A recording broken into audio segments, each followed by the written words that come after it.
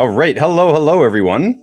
Thank you for joining us as always. Today I'm joined with a Mr. Yanik Constantine, and he's a guy I have a lot of respect for. He's very knowledgeable about nutrients. He's also a Dr. Wallach fan or enthusiast, maybe we could say, and that's how we kind of connected on the Instagram there. But he very much has his own takes on things, and he has his own program, his own way of doing things. So I'd like to talk to him just about the nutrient business in general, how he got into it, experience he's had with people and the types of doses and stuff he uses. We're going to talk about a lot of stuff. Before we really jump into it, remember that you can find everything that I do on my website, notusbooks.org. There you can find all the books that I've written and helped publish. Most of them are about health. I also have hundreds of book reviews. Again, most of them are about health. There's also an archive of this podcast on the website, and there you can download all the episodes for free. There's even some secret episodes there that haven't been posted since this podcast got taken down last year, 2023. We relaunched, but not every episode is up yet. So some of those are on the archive on notusbooks.org. And actually, if you listen to the archive version, there's a special treat for you at the very end. And if you'd like to support this podcast more directly, you can do that on patreon.com/therealnotus. All of this is in the description of the podcast, of course. We don't get paid for anything like views, or we don't have any ad revenue here on the podcast. So everybody who helps, including all the guests and anyone who helps edit, everyone does this for free. So Patreon really is the best way to directly support. And you get all the episodes there at least 1 week early, sometimes several weeks early if I'm really on top of things. And there's also some extra content there. Some of the videos that have been taken down off of YouTube. YouTube hates health information, so we post them there on Patreon. And we do a weekly Zoom meeting. The other supplement distributors and myself, we tend to go into details on health problems, specific health problems, especially the complicated ones, specific deep dives on nutrients. And we usually go through a case or two in real time, talking about what we do for that person. So those lives are really valuable, I do think. And you can see them all on Patreon. Big thank you to the patrons that are currently there. We would keep doing this without the support, but it goes a long way. I would definitely love to be able to share some decent revenue with all the people that help and allow us to make even more content and better content, etc. And with all of that out of the way, Yanik, we can jump in. How you doing? Who are you? Where'd you come from? How'd you get into this business? Hey, Ryan. Well, thank you very much for the inviting me. Pretty much, what you're saying, what you're doing is something I already did as well. Reading so many books and jumping into learning about health. And obviously, just like in your case, I had a really big motivator, which was lack of my own health. So since I was very young, I would get sick all the time. I mean, I would get sick. I would need antibiotics probably like twice a month at least. I really had no idea what it was. I just knew I was sick all the time, and doctors would always just prescribe what they knew, right? Which had absolutely really nothing to do with what was going on, which is food sensitivities, gluten intolerance, talk a lot about that. Oh, it's all these other types of proteins you can't absorb and a bunch of other stuff, right? So yeah, that's pretty much how I grew up. Then eventually I got asthma, right? So asthma had to come in when I was about, I don't know, like 13, 14 years old. And after that, I got epilepsy. Well, I had always had certain levels of epilepsy. I would just like start sitting when I was sleeping and talking, and then walking, and then just like having other types of seizures, right? Which I didn't know were seizures, or since you're asleep, you don't know what it is, right? Because you're not conscious.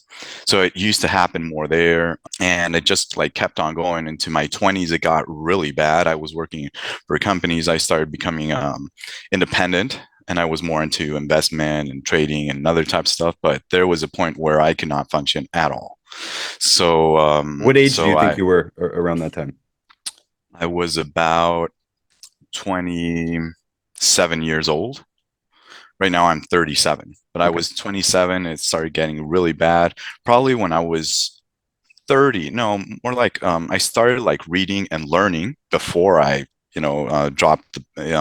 stopped working for companies, right? And prepared myself to exit and all this stuff. But yeah, so then I shifted. I actually shifted because I was preparing a presentation, and I bumped into something called EFT, right? It was like, this 5 minute podcast and they were doing some EFT. And I'm like, okay, I didn't believe any of that. So I was like, okay, I'll do it. Right. So I started like tapping, it's known now also as tapping for trauma and other things. And I started doing it. And then I felt way better. So I was like, what the heck was that? It was just so different. I started reading and it was like, oh, this is a sham, and all these types of comments you can read. And I was like, doesn't matter. I know what I felt. I know what I saw, because I even remembered where, the tension of speaking in public came from, which is completely different now, right? So I started going this route of trauma, of habits, of behavior, and that's actually where I started. Eventually, I went through that route. I got certified and I started, helping people out in that aspect, getting rid of all that emotional tension and just reducing it.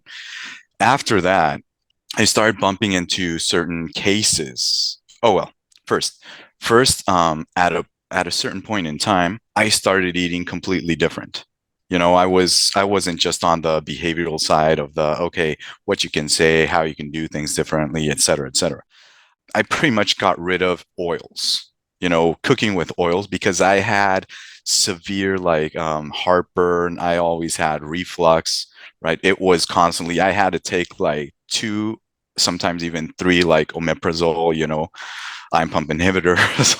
So as you know, I stopped absorbing anything, which I was already low because my gut was all damaged, right? Skin problems, acne, all these type of things. And And this is in your late 20s with skin problems, yeah? yeah, I mean, pretty much all my life, but late 20s, almost, yeah, going into my 30s, and with asthma being severe, because I mean, I would have an attack and I would just pass out. It was so bad. I thought, truth be told, I thought I was a goner eventually. Like, well, I'm in my 30s, and if starting my 30s, if this is my health, then what can I do about it? I mean, I already had, genetic testing as if it worked or helped for something, right?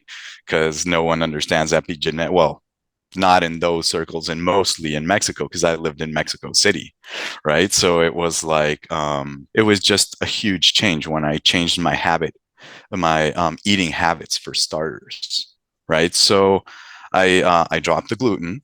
Those were the first things. I dropped the gluten, even though I went on gluten-free foods, but it was way better than just being on gluten, you know. You mean like gluten-free cookies and breads and stuff? More like pastas, right? Because Okay. I was in the gym and you have this idea.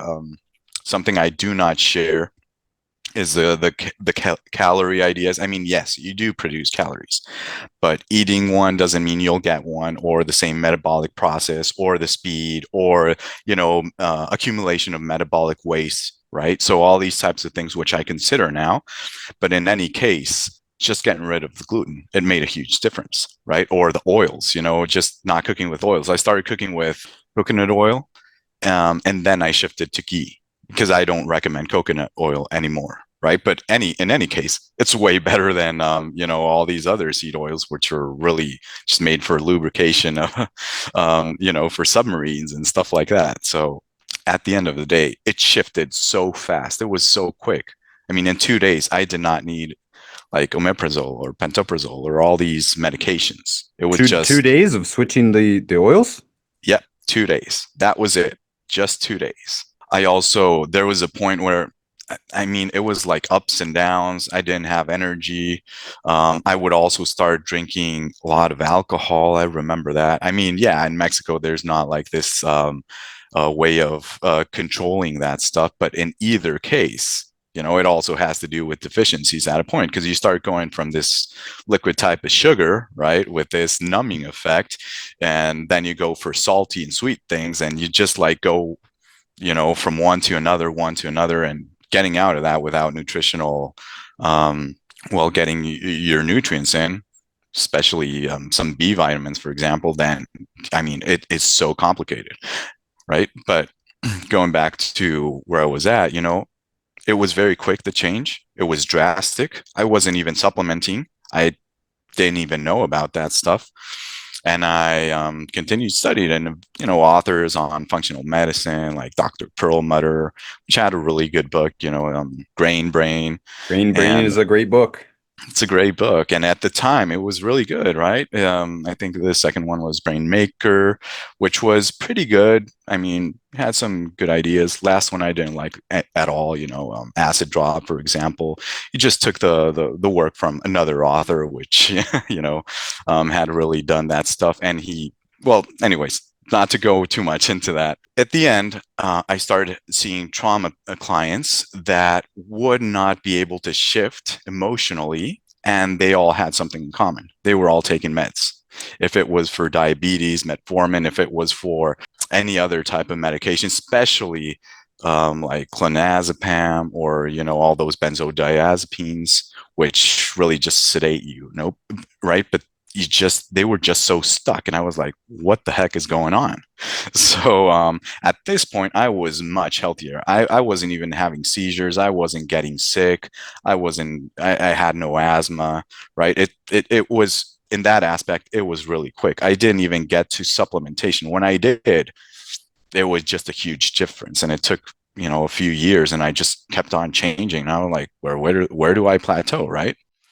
So I'm not giving you like exact time frames or anything, but just like the story of how I started shifting, I started getting more energy, how I started sharing it, how I started noticing the impact on behavior, on trauma, on habits, because if you feel like crap, I mean, if you're having sugar spikes constantly, right, you're getting hangry all the time, you're just not being able to sleep right, you can't rebuild when you're sleeping because you don't have enough cofactors. Then how can you function, right, in a healthy way? How can you be like inspired, motivated, happy? Well, it's very difficult, right? There's a limit to that. So eventually I started studying. I went into orthomolecular. I went from functional, which they still have so much to learn, but in any case, because they don't really go into megadosing or the complete set of nutrients, they just go into certain supplementation. But even supplements, as you know, there's a huge difference in the world of supplements. I mean, Hmm. that in and by itself is huge. So from there, I went to orthomolecular medicine or nutrition, or you name it, right? Nutrition for medicine, or taking parts of food and using it as a medicine, right? A lot of Um, people won't know that word that are listening. Orthomolecular is, yeah, yeah, it's like treating problems with nutrients, with nutrition. yeah, yeah, which I don't even use the word treating, because it's nonsense for me. But it's just really supporting your body, giving your body what it needs so it can do what it knows what, it already knows what to do. We Hmm. just give it, and we kind of we can play with amounts and forms, which you study, like, okay, so what will we use? Magnesium glycinate, citrate, malate, which one would be a little bit more useful for this case, right? But in any, that's where orthomolecular comes in. So Linus Pauling put that word, and I was like, what does he mean? Like the right molecule. That's what he was referring to. And I really didn't get it until I started going deep into that. Like, okay, like the case, like which magnesium should we use? Right? Which would be the right molecule for this case? And that is actually, I mean, it was critical for him. I understand now. And that's when I was mostly into vitamins, and I hadn't really gotten into minerals. So I was a little bit more into nutraceuticals, which are just these foods like spirulina, which is an excellent, one of the only superfoods I consider to be a superfood, and how to use it. Also with vitamins, the minerals. I eventually got to the minerals through some books, and then I got someone gave me. It was so weird how I got Dr. Wallach's book, right? Which That one? doctors don't lie. Okay. So yeah, that and in Mexico, I mean, it was just. I was with the type of chiropractor. He was actually I don't remember his specialty, but I was talking to him about what I was doing, and he gave me the book, and I was like, oh, okay. So I started reading it, and I was like, whoa, this is like really advanced to where I was at that point. I was like, I was really amazed with it. I was like, oh, okay, so you have asthma, and essential fatty acids and manganese are going to be really useful, or especially magnesium, right? So I was like, oh, okay, so So I started trying all that stuff out. And I started, getting different providers for the supplements and started playing with that. And it was difficult because in Mexico, there's like this type of FDA, but even 4,000 units of vitamin A is high for them. Right. So it's like, oh, you can't pass this stuff. So then what are you going to do? Right. um, so I started testing all that, also megadosing, and I started creating this type of way of how you, well, when you're going to take things. So, for example, longevity. It focuses on, okay, let's make it in a simple way so everyone can get it. Um, it doesn't focus that much on time, right? Like the circadian rhythm or ultradian rhythms, right? But in any case, anyone taking it is better than if you don't take it, right? Hmm. So it has this formula. I mean, Dr. Wallach probably knows all this stuff, right? But he makes it as simple as possible for everyone, which is, a great approach because when I was, with different clients, I was like, okay, there was a point where I was testing things like take it before your breakfast, right? Take it after your breakfast, take it in between your breakfast. And then I started reaching this sweet spot like, okay, nobody's getting nauseous anymore. Nobody's, feeling this. And eventually I was like, okay, this works for like 99%. And the 1% people, or maybe 1 out of 20 clients that had a little bit of an issue, I would just guide them like in 1 week, it would be fixed. Like, oh, okay, so you're getting loose bowels or you're getting, I don't know, any type of complication. And then 1 week and they would be fine, right? But being able to really get that part, created, it's not as easy as it sounds. What did So you find the perfect time to take the supplements is? Well, first I have something I call the elixir, right? Which is during the morning fast. Which is mostly vitamins, certain minerals. You like calcium a lot, right? So Hmm. important. Calcium, magnesium, salt, incredibly important. Demonized with no justification. However, really good for the drug industry, statin industry. But just a different mixture, and I just see different, clients, and just starting the day with that huge change, right?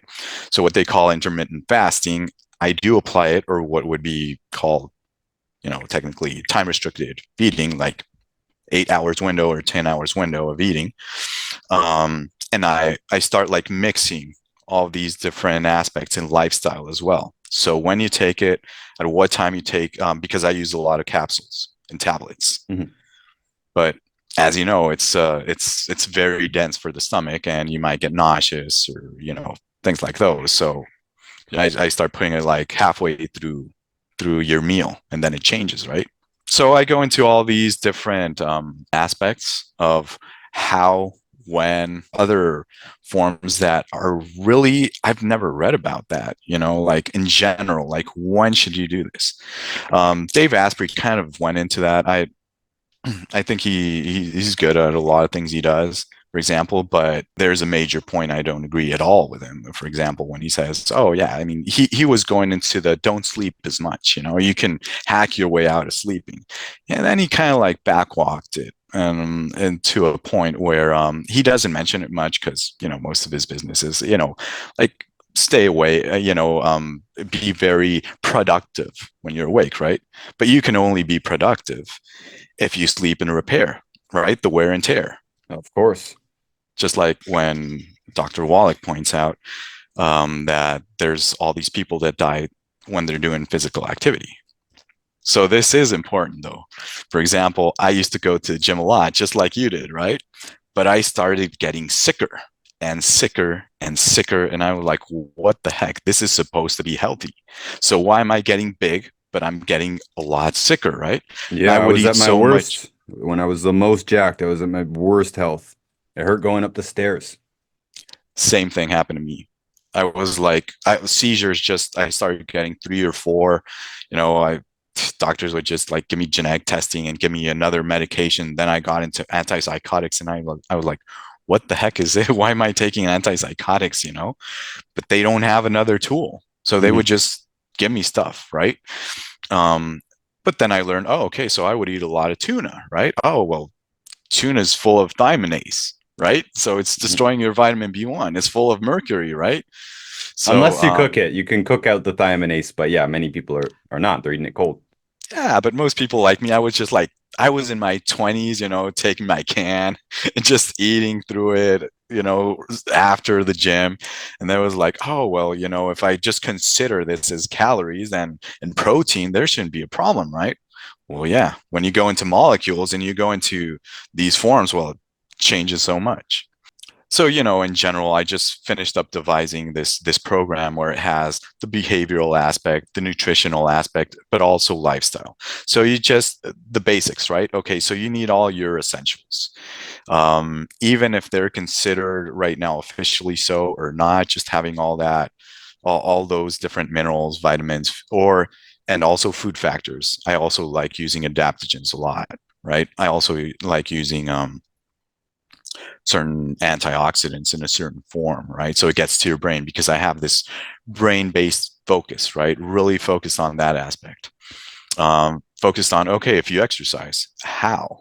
And not just going into like this popular form of, okay, you'll get more BDNF or NFG, right? Nerve growth factor, or your brain derived neurotrophic factor, because it's really popular right now, but they wear themselves down and they're really going into this high cardiovascular output. I'm like, you don't need that level. It's not necessary. And you'll get the hormones too, but if you can't sustain them, then what then, right? Hmm. So I started going into that. I go into fasting as well, right? I started the first time I fasted. Oh my God, I felt like crap. I felt just so bad because I wasn't on nutrients or anything. I wasn't even eating right, right? So it was very hard. After that, I felt good, but it was so difficult. Feeling like crap, I mean, it was difficult for me. After you're on supplements and you're eating this stuff, I had no client. I mean, I've had hundreds of them, and none of them have told me like, "Oh, the 24-hour fast is difficult," you know. And they were like, in the beginning, they were like, "Oh my God, I can't stop sugar or I can't stop coffee," and they I don't know, they'll drink like 2-3 liters of coffee, right, a day. In some cases, I'm like, I didn't know you could do that, but then That they're used to off be it. me. Yeah, 10 plus cups a day. Yeah, I mean, and I am not a fan of coffee at all. I also don't want to take things to the extreme all the time. It's like there are different phases. Sometimes you can bend the rules in a certain way. Sometimes it may be unavoidable to break it if you're in a social gathering, if in certain aspects, like, okay, well, you haven't seen this person, you can drink your coffee. I mean, it's not that late, it's fine, but don't make it a habit, right? I go more for matcha green tea, for example. I'm more of a fan of matcha green tea. But in any case, I started adding to that heavy metal detox. There's a lot of things out there that are really not useful. And also sleep performance, something very important. So I worked with this person, this biologist in a Canadian institute, and he really focuses a lot on sleep. And he taught me a lot on biology, right? And so I started really going into that, and became a co-thinker in that think tank, and focused on how can you increase your sleep efficiency, right? Not just the typical view of sleep and get this frequency and this other one, because I know all that stuff. I mean, I also studied neurofeedback and clinical practitioner of that. So I went down the certification route, learning and applying it, and learning and testing it and applying it and then integrating it. What That's how I came certification are you with talking about? one is a clinical certification for neurofeedback, right? As a clinical practitioner, for anxiety, depression, So neurofeedback, trauma. it's kind of like you're hooked up to a machine, and like if you bring down like your pulse, you see it on the screen. Is that how I'm understanding it? So you can see the feedback, so you can control it more with Yes. your mind. Right, right. But for example, it's just biofeedback of, let's call it your brain, right? It's actually a galvanic response, skin conductance, but they translate, you get some electrodes on different parts of your head, and then in real time you're like seeing it can be visual or it can be auditory, and then you're seeing like more glow and less glow. It gets like dimmer or brighter, and that is considered as a reward by your brain. So then you shift into certain frequencies, more beta or alpha or delta or theta, all these different types. So that's how you do it. I also did for the heart, like heart rate variability, not just the heart math, because I also got certifications in that. But also starting to like integrate it, use it while you do neurofeedback and start learning for starters, how to breathe, right? I mean, how many people, for starters, know how to eat? How many times do they chew their food? These sound like such simple things, but I promise, deep breathing was probably the very first health thing I ever implemented, probably 13, 14 years ago, 15 years ago.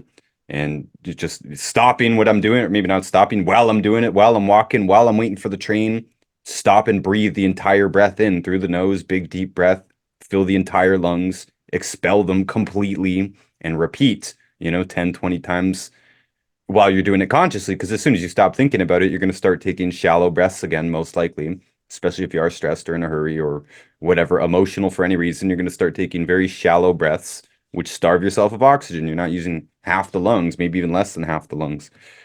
And yeah, you said conscious chewing too. Just jumping in a Right. little bit, and I'll give the mic back to you. My wife told me last night, she says, make sure you let him speak a lot because you tend to talk too much during interviews. So you're making my job very Yeah. easy. But these simple Okay. things, they can be game changers. Like you said, it's true. Most people are literally not breathing correctly. People think sleep apnea is something that happens at night. People are doing apnea all the time without even noticing it. They're stopping breathing all the time, especially when they're stressed. And very few people are taking full breaths. And very few people are eating mindfully. So there's a lot of people with chronic stomach pain and indigestion just because and I'm guilty of this myself as well. I'm working. Hey, honey, the lunch is ready. Oh, and I just break off and don't even start thinking about it. You need to think about eating ahead of time to start secreting enzymes in your mouth and start secreting stomach acid. Your body starts to get ready for eating. But a lot of us are so busy that we don't consciously slow ourselves down, get ourselves prepared to eat the meal, chew more than twice. Yeah, chew 10 times, 20 Yeah. times, move it Uh-huh. around your mouth, appreciate the taste, slow down, give your body time to let you know it's full, time to appreciate the meal, time to have a proper break away from your work before you jump back into it so you can properly digest it. And I'm throwing it back to you, but I just wanted to. One of the first things you said was EFT, and I didn't know what that was, so I had to look it up while we were talking. And just wanted to comment. So it's called emotional freedom technique. I've never heard of this. So it's tapping on the acupuncture points, and you said that helped you. Right. Right. Yes. Yeah. So EFT is emotional freedom technique. It's the clinical version. There's a lot of people going at it, and it's fine. But when you're getting into certain topics, it's not that easy. When it's I don't know, sexual abuse, or near death experiences or anything of the sort. It's just not that easy. But now I actually prefer that way better than small habits. They're a lot more difficult to change.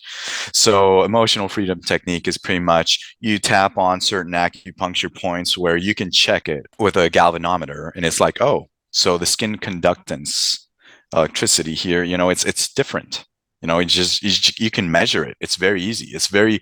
So I used to have a pen, and I would just like show them like this type of pen to measure it. They're like, oh, okay, so it's here. All right. So yeah, it is different. It's not just a sham thing, right? So you just see people doing it and changing, how they feel, different aspects, including pain, right? Just starts going down and shifting and moving. And then you go into, you really get to the important part. You go into core beliefs. So, what writings on the walls? What have you believed? What myths do you have about yourself and others? And just how you've had this life experience and how you're translating it into your day-to-day activity and motivation and decisions, right? So I usually, if it's possible for most, I start people on supplementation first and food. So then they have all the capacity for the change. It's easier. They have the resources. They have all the storage for it. All their cells filled up, their neurons. They already took out the trash. Now let's get rid of for all this emotional processing, right? And then thinking through it and shifting, the way they view life, right? So eventually I transformed all of that. I just started integrating it with feeling, with breathing, with so many different aspects. Like I said, our HRV, you don't really need the machine all the time. I mean, if you know how to do it, if you know how to guide through meditation, if you know how to help people stop thinking, right? Because they're used to thinking, and you tell them not to think. Well, what are they going to do? They're just going to think about not thinking, right? So you just add in an extra thought. It's not really going to help much. So then you understand human behavior and biology, right? And you start going into true behavioral sciences, which are useful, but even into ancient wisdom, right? Zen Buddhism. I mean, things are being confirmed right now about things that have been known for thousands of years. So, just like the acupuncture points, they're just useful. So why not use them? So it's different than just saying something, right?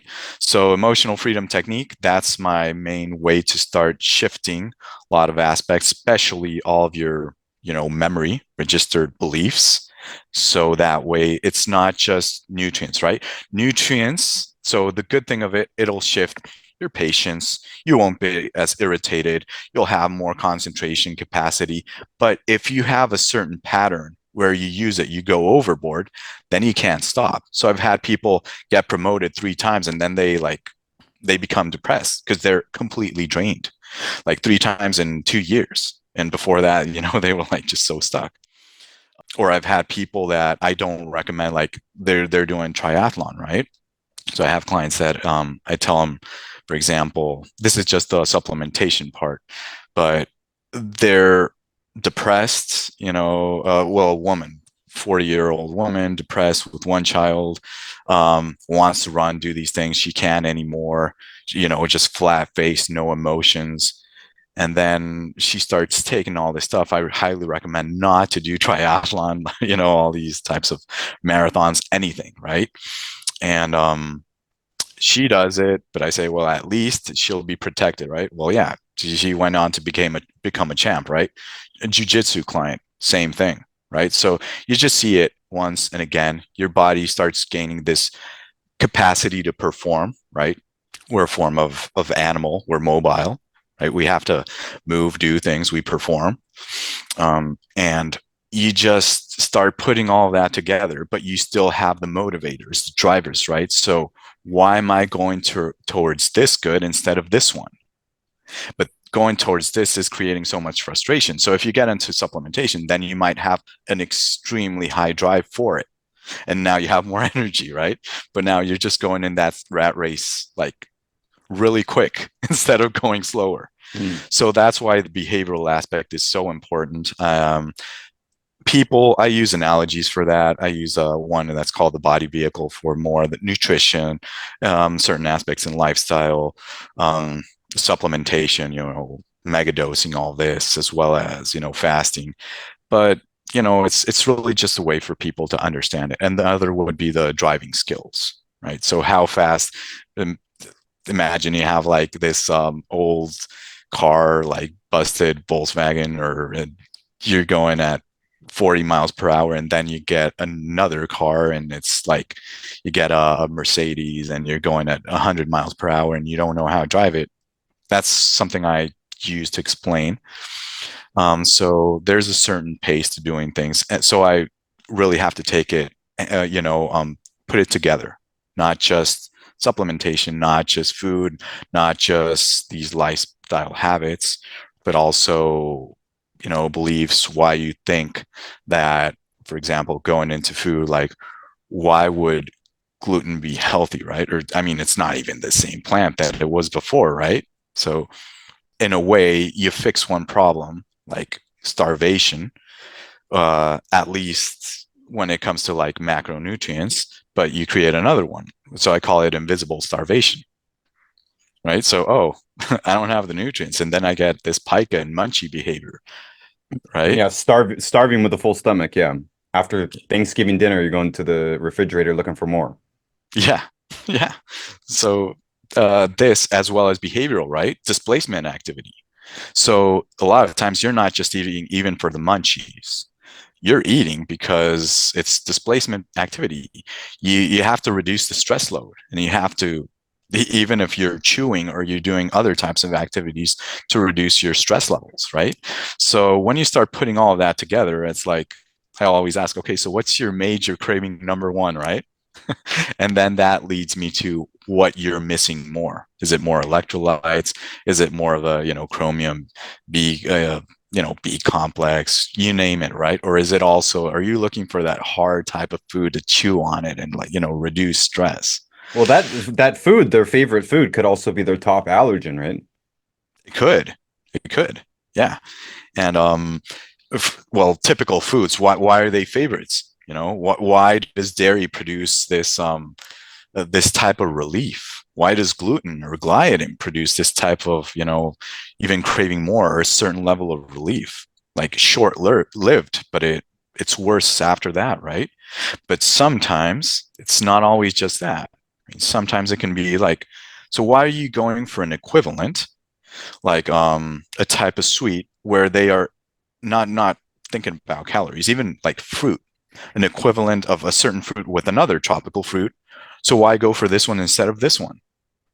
you know and then that's where memories and comfort food comes in. So I wouldn't just go into the aspect of, okay, it's just a deficiency, because it isn't, and a lot of the times. So why do you choose certain foods? But you do notice when it is a complete deficiency and you're just having this pike of behavior, the munchies, right? It's like, I'm not even craving cookies anymore, but I'm craving a salmon salad, right? So Mhm. I just see these shifts all the time. So I don't know, that's in general what I've seen, story, how I pretty much created the program, the dual aspects of it. A lot of people finish up the body, let's call it body aspect of it, and they shift to the behavioral. Some start in the behavioral and then they start going into the other side.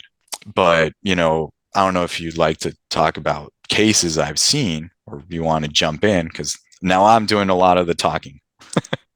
I would like to talk about cases. I had that written down, but you dropped a lot of very interesting words here. I wrote a bunch of them down as well, so maybe we could just rip through a few of them.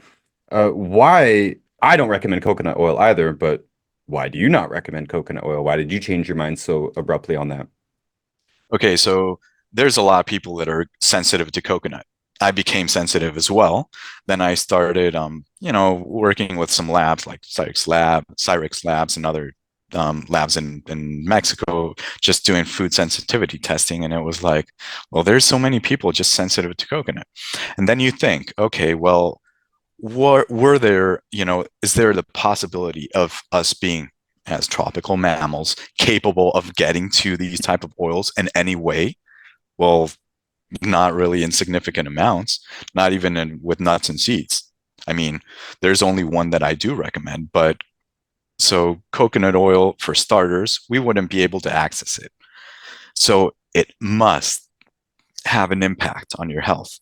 One of the ways where it has an impact is it has different type of sterols, right? But they're plant sterols. So if you're talking about phytosterols, they're not really true cholesterol. It's the wrong molecule. Again, orthomolecular, We're right? talking about like What's MCT here, right? Medium chain triglycerides. No, we're actually talking about a type of cholesterol that's in plants. So when you read nuts and seeds have certain amounts of cholesterol, it's the wrong cholesterol. It's not the one we need, like the right molecule, the same form. It's a completely different form, which impedes the absorption of cholesterol. So we can result in secondary nutritional deficiencies because it competes for absorption, for starters. So this is why they say coconut oil could reduce cholesterol, like blood cholesterol. Yeah.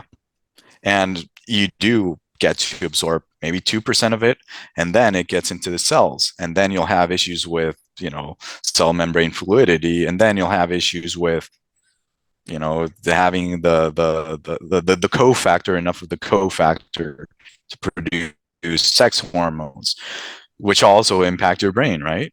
Because sex hormones aren't just like this is what in general, this take on psychiatry of it's just a neurotransmitter. No, all hormones play a role, right? That's why I also started studying functional neurology and taking seminars on it. And it's like, okay, so estrogen impacts more of these hemispheres, or testosterone in men and women, thyroid hormone. You mentioned iodine, right? The megadosing with iodine. I just see people with hypothyroidism, or you name it. They're also just labels and names, just so you can put it in a category and dispense a type of med, right? But at the end of the day, if you just think of the body as, oh, okay, we're looking at your thyroid and it's like floating in there, like disconnected from the rest of your body, then you'll have that approach, right? If you just think about your brain, not your entire nervous system, not also with your, all your organs and endocrine, you have to see it like complete, right? So it's more of Holistic. a holistic, more integrative, right? It's see the entire picture. Don't just go for the, okay, yeah, it's useful to extend saying, okay, we need iodine for thyroid, and it's useful to break down cysts. Well, not break down, but pretty much get rid of all that excess potassium, which is in cysts, reprogram cells and stuff like that, right? But and you can use it that way. So that's where orthomolecular megadosing, that's where it comes in, You right? said you But do recommend one nut or seed. What plant are we talking about? oh, seed oil. Well, I go for flaxseed oil if it's Okay. preserved, Yep.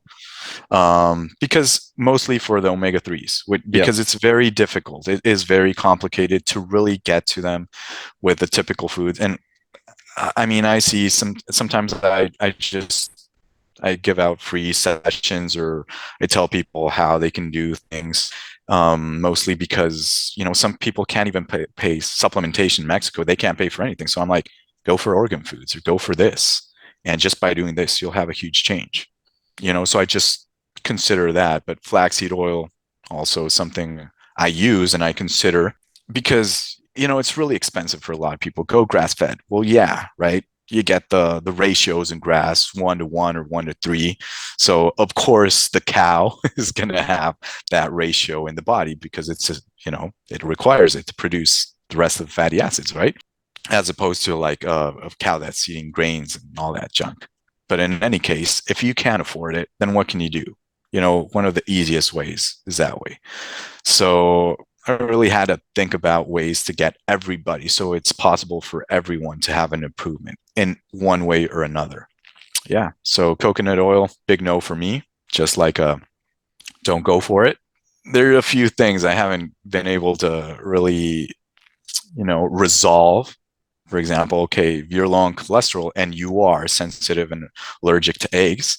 So I know Dr. Wallach is a believer in that. It's like, no, you're missing something, right? However, not only have I seen, but I have experienced. I cannot eat eggs. I cannot. It doesn't matter if they're free range. I've tried it. I've used enzymes, oxbile, everything, right? And you just can't get there. Well, okay, then which other source of animal cholesterol can we use, right? What do you think? How Red can meat? we get to it? Red meat doesn't have much, but liver does. Yeah. So, or beef brain, right? But then if you go into, you're afraid of the mad cow disease, the copper deficiency and stuff, then you're not going to eat it, right? But I'm sure obviously, most of the audience here won't believe in the mad cow disease. Most of them are on the terrain theory side. oh, okay. All right. So that's awesome. So, well, where do you get all the cofactors you need and, material to build your brain? Well, obviously in another brain, right? Of So course. just, you don't even have to know like functional biology for that, right? It's just like, well, yeah, that's where you'll get it from. Yeah, I mean, this stuff was figured out before written history, basically. Like treats like, right? Like cures like. Right. Brain I mean, supports brain, blood supports blood. Yeah, bone supports bone.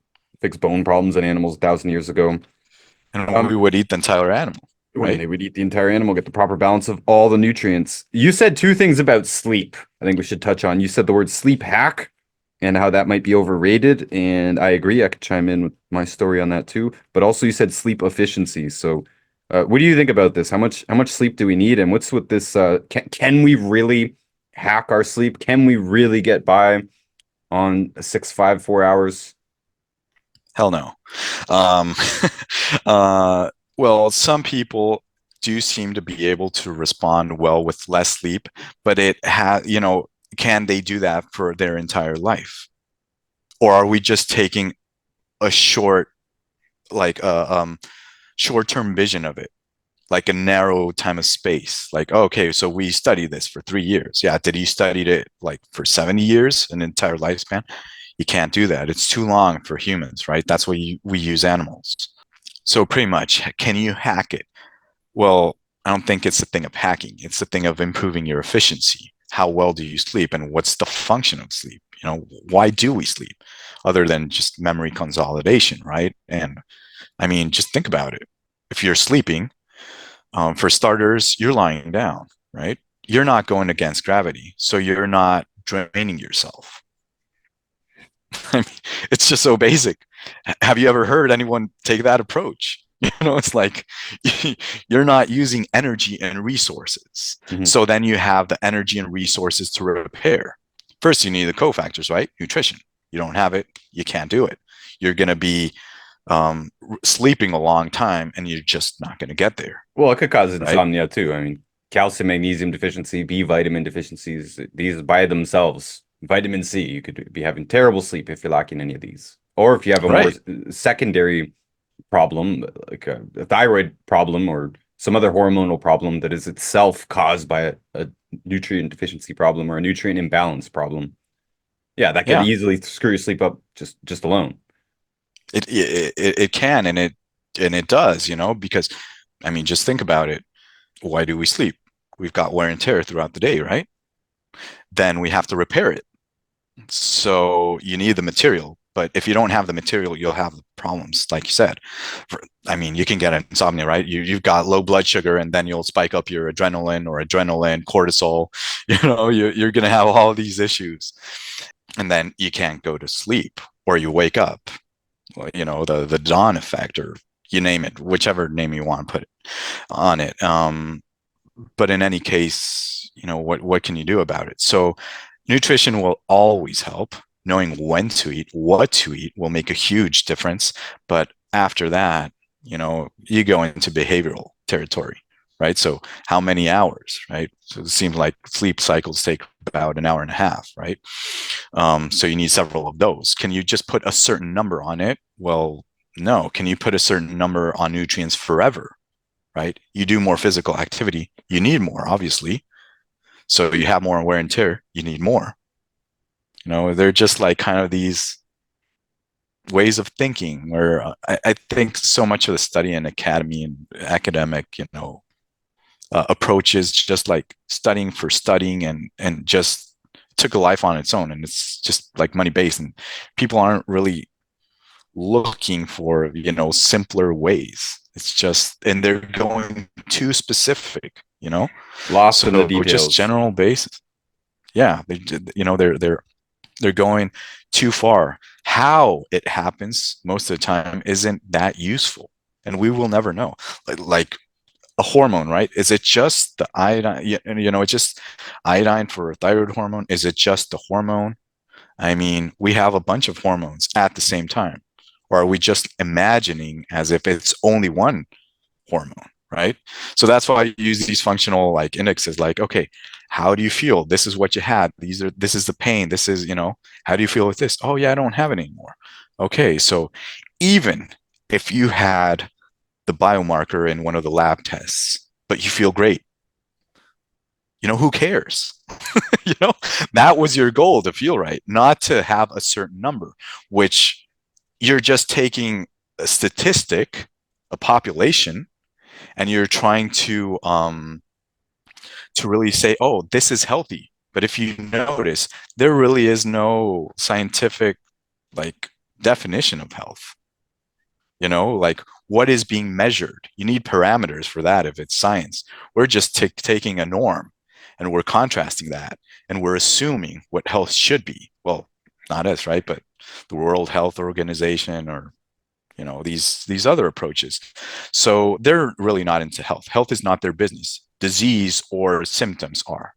So we are in the health business. We are in the, we require results for people to continue coming in. Just like the Chinese, they're like, they would pay the doctor until, if they didn't have results, but they were doing what the doctor said, they stopped paying, right? So that's pretty much our case. You give them results, which they also do. I mean, it's not really us, it's a combination, right? They're doing it. We're just providing a way. And then it's completely different. Let me Okay, jump yeah, in. yeah, Let me jump in with my little story here. So I yeah, was an insomniac for 25 years until my yeah. 26th birthday when I found the correct product that fixed all my musculoskeletal problems, twitching, cramping, insomnia, fixed it all in less than a week. That was the OsteoFX, Dr. Wallach's Mm, Longevity OsteoFX. Added that product in, boom, everything was fixed. But prior to that, I had been experimenting with sleep for a long time because I was already insomniac. So rather than lay around in bed, those countless hours here over the mhm, years, I figured I was wasting a lot of time, so I try and make the most of it. So I'd be working basically in those extra hours or whatever, doing something. But I also tried because I hadn't had a job in many years. I haven't had a job in like 13 years now, so a real job. okay. So I've had lots of time to play around with this, and yeah, sometimes I would go on rotating cycles, see how that worked out.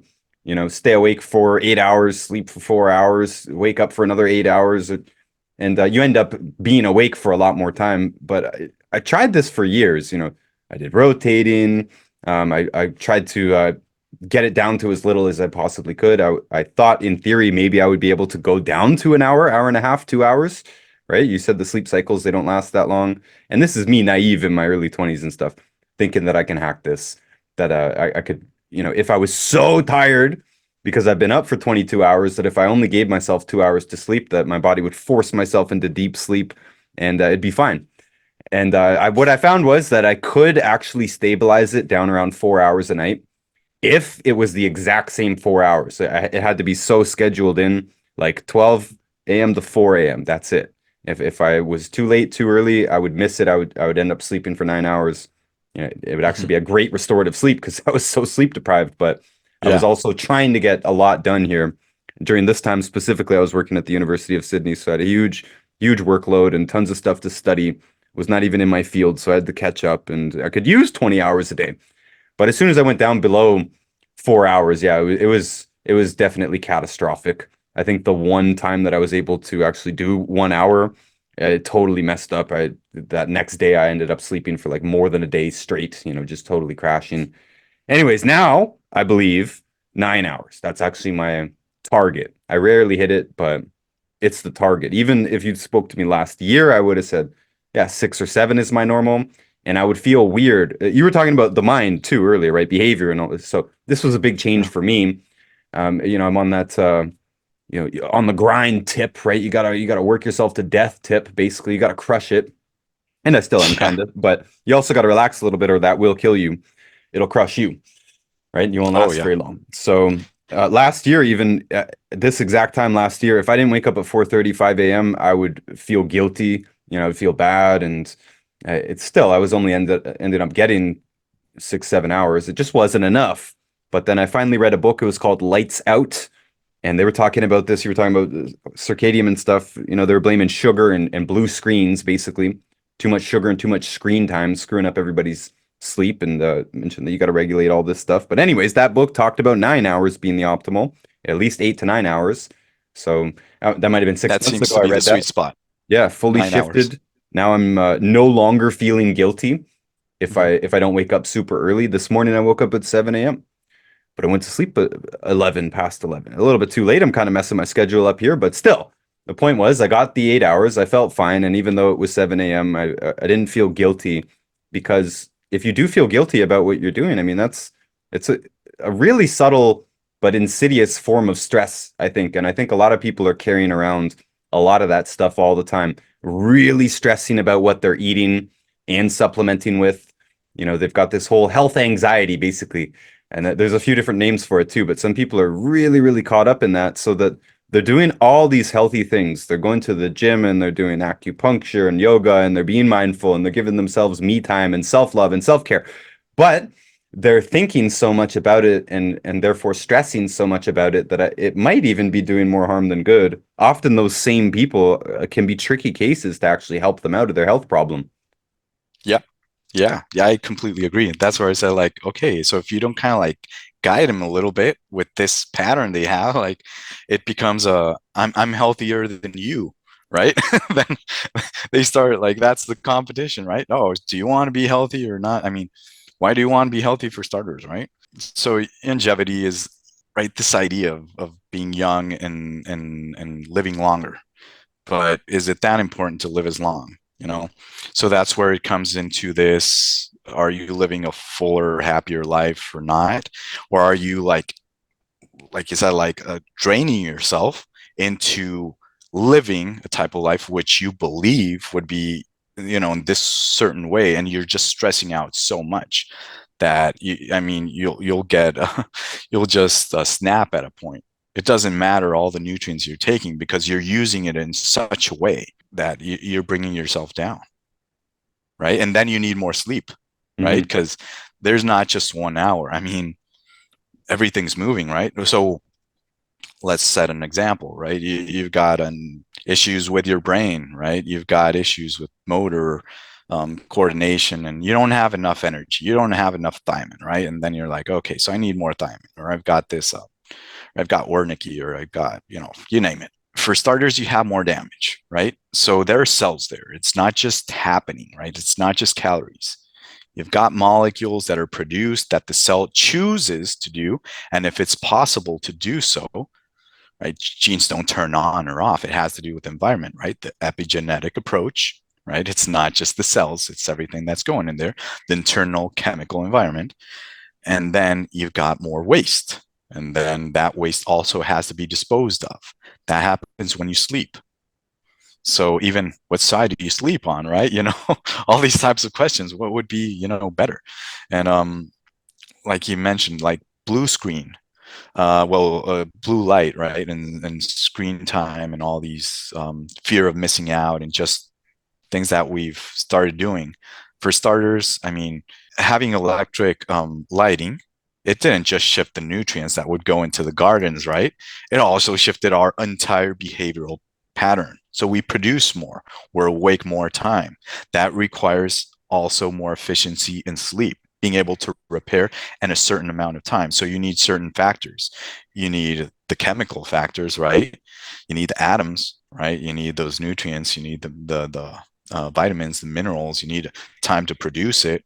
You need several things, several aspects. So are you living in it's not the same if you're like in a cabin out there and you're calm and it's silent, if you're surrounded by, or if you're in the city surrounded by Wi-Fi and there's noise all the time, right? It's not the same. There's commotion. So then you start going into all these things, all these aspects that will lead you into how efficient are you waking up, rested and recovered, and that you will be able to see that emotionally how people think, and that's very easy to really observe, right? So again, you also need the nutrients to repair, not just to do. And in order to do things, you have to not do things. In order to think, if you want to think about anything besides thoughts, you have to not think, right? That's where meditation comes in. That's where breathing, that's where, or else you'll just be in this abstract world all the time, thinking about thoughts and symbols, and you're just like disconnecting, right? You're not living the life. So yeah, just kind of like throwing just my thoughts on it. On It's not just the supplements, and it's not just behavior. It's both. It always is. I mean, how can you take an organism, a human, outside of the ecosystem, right? There's no way, right? In a lab, the scientists will know that you can't really completely isolate something from the environment. It's impossible, right? So you start putting it all together, you'll have another view of things, and that's where you get into the Tao, Zen Buddhism, which they already knew it's a field, right? So just puzzling it all together, not making it so difficult, and not that much on the hows. Hows are important. We focus on how you do it, but there's a limit to it, right? Taking a vitamin doesn't mean you'll absorb it, right? True. Taking a, for example, vitamin A, you don't have enough bile, you won't absorb it, right? If you take also try and get a lot of, I don't know, carotenoids in your system, but there's not enough fat, right? Then good luck with that, and it won't reach your brain, right? You're So not what you eat, you are what you absorb. you're what you absorb, and I added something extra to that. You're what you can transform, Mm. right? So Dr. Wallach points out okay, so you're in the gestational period. You've got the car assembly. At a point, you might have an issue, and then you won't be able to produce an enzyme. So if you can't transform it, it's an issue. So you have to take another approach. Hence, orthomolecular, using other substances like thiamine. You go into benfotiamine. You go into other forms, allithiamine, you name it. But there are different forms to get to that point. I mean, you're still alive, so we know you're functioning well enough to be alive, right? But how can we make it healthier, right? And so also, there are so many pathways. We don't know how it's going on. We don't know all of them. We don't know if the same thing is happening today and tomorrow, right? So Mhm. going so much in detail, it'll always take you so far. But going back to sleep, right? So there's light. We sleep later. We're not nocturnal, right? That's why we need light, artificial light. If not, we wouldn't need it. Um, it's wearing our eyes out more, screwing up our circadian rhythm, and also the ultradian rhythm, right? So how do we know about that? Organs repairing at certain times, right? Well, the Chinese knew it.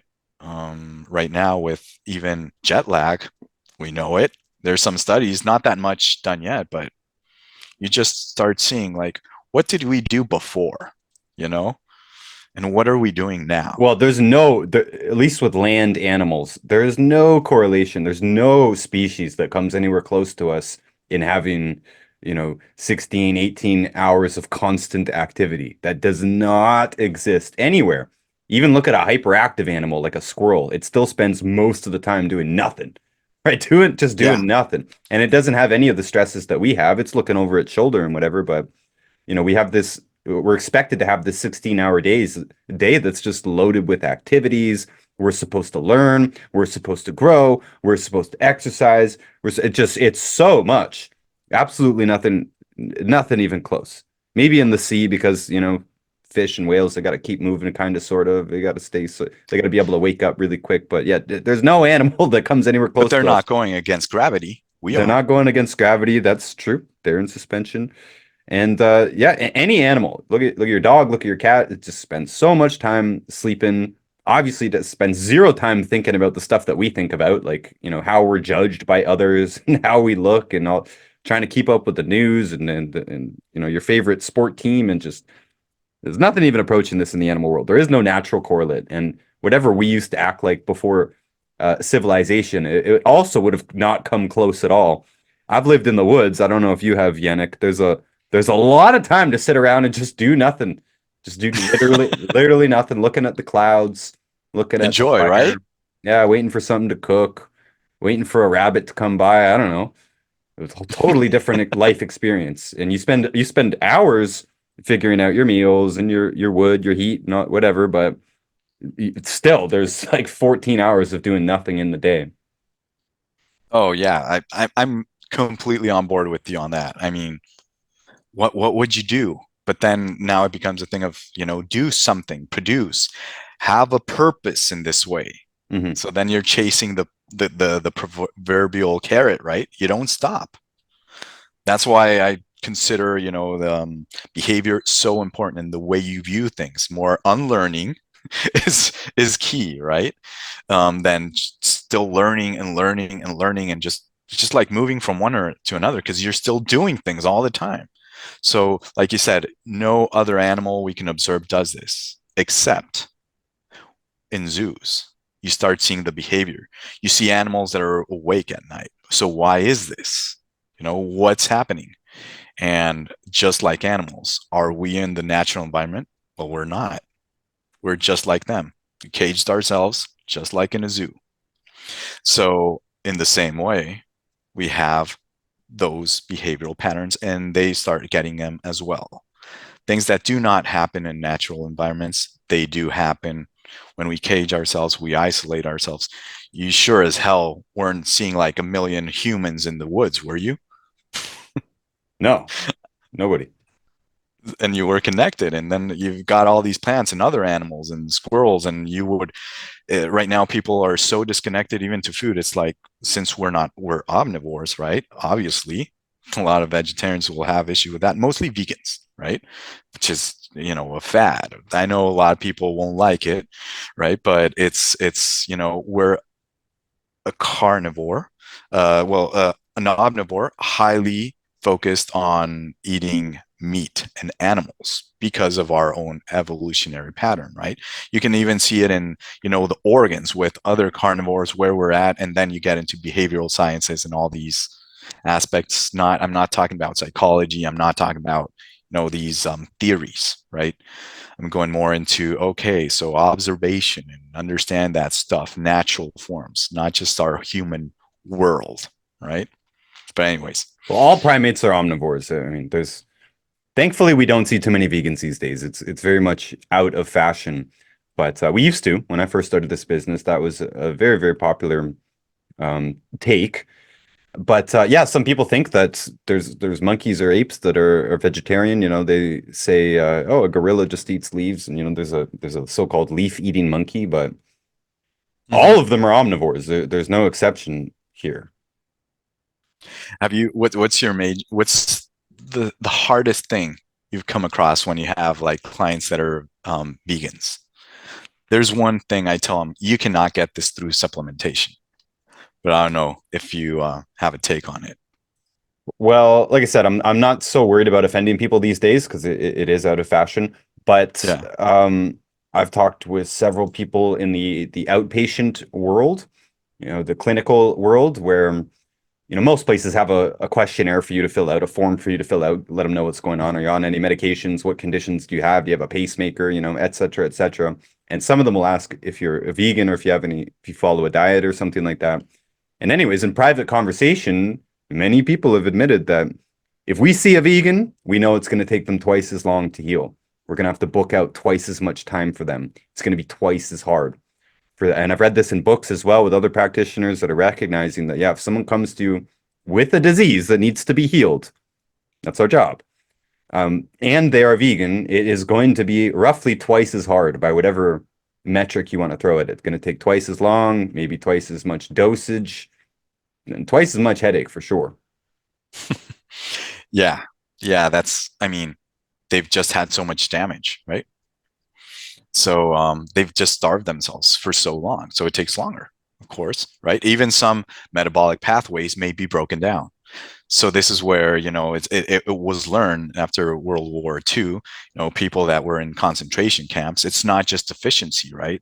They've come up with this term, certain doctors or practitioners call dependency. It's like it's not just you're getting this substance, right? This form of thiamine, for example, but you have these other forms that if you don't get them, you are still presenting these symptoms again and again, and it does not stop, right? So with vegans, well, same thing. They're starving themselves, and even if you supplement, you still cannot supplement with cholesterol if it's not animal based. There is no way. There is no supplement which does not contain animal, you know, the, an animal part or anything that does not contain cholesterol. Even if you were to separate it somehow, right? Like the molecule, and you can absorb it, but from a food source, even then, it's still from an animal. So there's no way out. You I can't do was it. totally falling apart as a vegan. I was totally falling apart. Oh, you tried it. Even this morning, I got a message. Someone said, "Hey, man, you look younger than you did 6 months ago." And I said, "Thank you. That's great." And I actually I feel younger. I think I look pretty good right now comparing myself to what I was in my early 20s when I was vegan, and I looked old, deep skin wrinkles, and more stiff. I still was literally a stiff man. I had the stiff man syndrome, so just cracked skin, all this stuff. Looked old. My hair was thinning and falling out. And this is I worked with Professor Ian S.F. Jones at the University of Sydney, and he was an old man with a hunch, and I was looking like him and walking like him, and I was honestly considering getting a cane at that point in my life. Obviously, I was nutrient deficient before that, but yeah, the veganism threw me way, way over the edge. And when I added eggs back in, there was an immediate turnaround. Couldn't have been faster. Honestly, within weeks, my hair was coming back, and I was shaving my head at that point because I was literally starting to look like a bald guy, thinking of doing a comb over or something, getting close to that point. So I just shaved the head, but then yeah, it all came back in properly, and even the skin smoothed out and stuff. Just eggs alone. And it's amazing how quick the body knows what to do with the right stuff, Hmm. because you just start eating it and you bounce back, Especially right? when it's in a yeah when it's in a desperate state. Yeah. That's when it's more noticeable. For example, um, when I see people that are overweight and obese, it's so much more noticeable. And they are actually much easier than underweight people. And even in studies, being underweight, very like underweight is actually not the sweet spot in health. It's to be to a certain extent overweight. BMI really doesn't tell you so much. It doesn't tell you where the fat is. It you know, doesn't give you that information. But in any case, it's are we supposed to look as thin? You know, is there always going to be resources? Was there always going to be resources and food lying around to like so we can just grab it and continue? Well, at times maybe, but if you take a longer look, they're the ice ages, right? So at times we wouldn't be able to do that. And if we ate a certain amount of fructose or anything, we would have to get fat really quick, right? So just like with vegans, okay, so sometimes you will have just access to plants and other stuff. Even during the world wars, flour and those types of foods, they'll keep you alive, but you'll start losing nutrients. You'll start losing a lot of things, right? That you need to sustain a healthy way of living and functioning. And in the same way, every life form didn't have access to abundance in food constantly. So that's where fasting comes in. And to illustrate that, where I live way up north, like northern Canada, not just Canada. And yeah, the Eskimos famously are one of the healthiest cultures, at least in terms of heart disease and diabetes and cancer and all that stuff, at least before they got introduced to processed foods. And yeah, they're mostly carnivore. They have very short, just like I do here, very short growing season. If there is berries, if it is a good berry year, good berry season, you've got like 3, 4 weeks max to get all your berries in. It's not going to be available. And I don't know if you know, because you're a Mexican American. I don't know if you know a guy named Survivor Man, Les Stroud. He's a Canadian survivalist, and he has at least used to have a long running TV show where he'd go and survive in a bunch of different places by I himself. watched one of his shows. Yeah. He He would just like grab anything around and just like what he had there, right? He didn't go with barely any like tools or anything. I think it he's was pretty that. hardcore, pretty good. And he did an episode close to where I live. It's still about 2 hours south here, but it's up in the far north. It was called Tamagami. The place Mhm. still is called Tamagami. And anyways, in that episode, he knows everything about what you can possibly eat in the forest, and he's in the Canadian equivalent of a rainforest, right? It's very, very dense and overgrown and stuff. But even he said, if you're a vegan, you're gonna die out here. He said, yeah. Some people ask me sometimes, what would you do in a survival situation as a vegan? And he said, I wouldn't. You will die, especially up here, up in the north, in the forest. You will absolutely die. There's some things that are available. There's some fantastic plant medicines are available. We've got chaga mushroom on the birch Mm. trees up here. We've got Mhm. all kinds of herbs and stuff, even winter herbs that are available. But you will absolutely die of starvation from calories and protein and all that. Like you can't get beans and stuff. It's just stop it. The wild availability of those things are just absolutely negligible. You can't just go to Whole Foods and buy all this stuff, you know what I mean? So in the natural environment, yes, it's not there. Even in the tropics, to be honest, I've lived in the tropics. I've lived in Costa Rica, deep in the jungle, and there are plenty of plants available. There's coconuts, obviously, there's organic, wild, there's plantains growing, there's limes growing, there's all kinds of things growing, avocados. But first of all, they're not all ripe all the time. They're cyclical. Hmm. So, when the avocados are ripe, literally every house is sending one of their kids up that tree that day. And if you go in the afternoon, there's not going to be many avocados left. You literally have to wait till the next bloom because Yeah. it's gone. Same with the plantains and all that. We're waiting for them to be ripe. We're eating them and then we're moving on. But even those communities are dependent on their dairy cows and the sea. That's it. They eat their special cheese every day. They eat fish most days. Most of the houses, the ones that can afford it. So I'm saying, even in a place of plant abundance, literally in the tropical jungle, the people there still rely on animals for survival. Right. Right.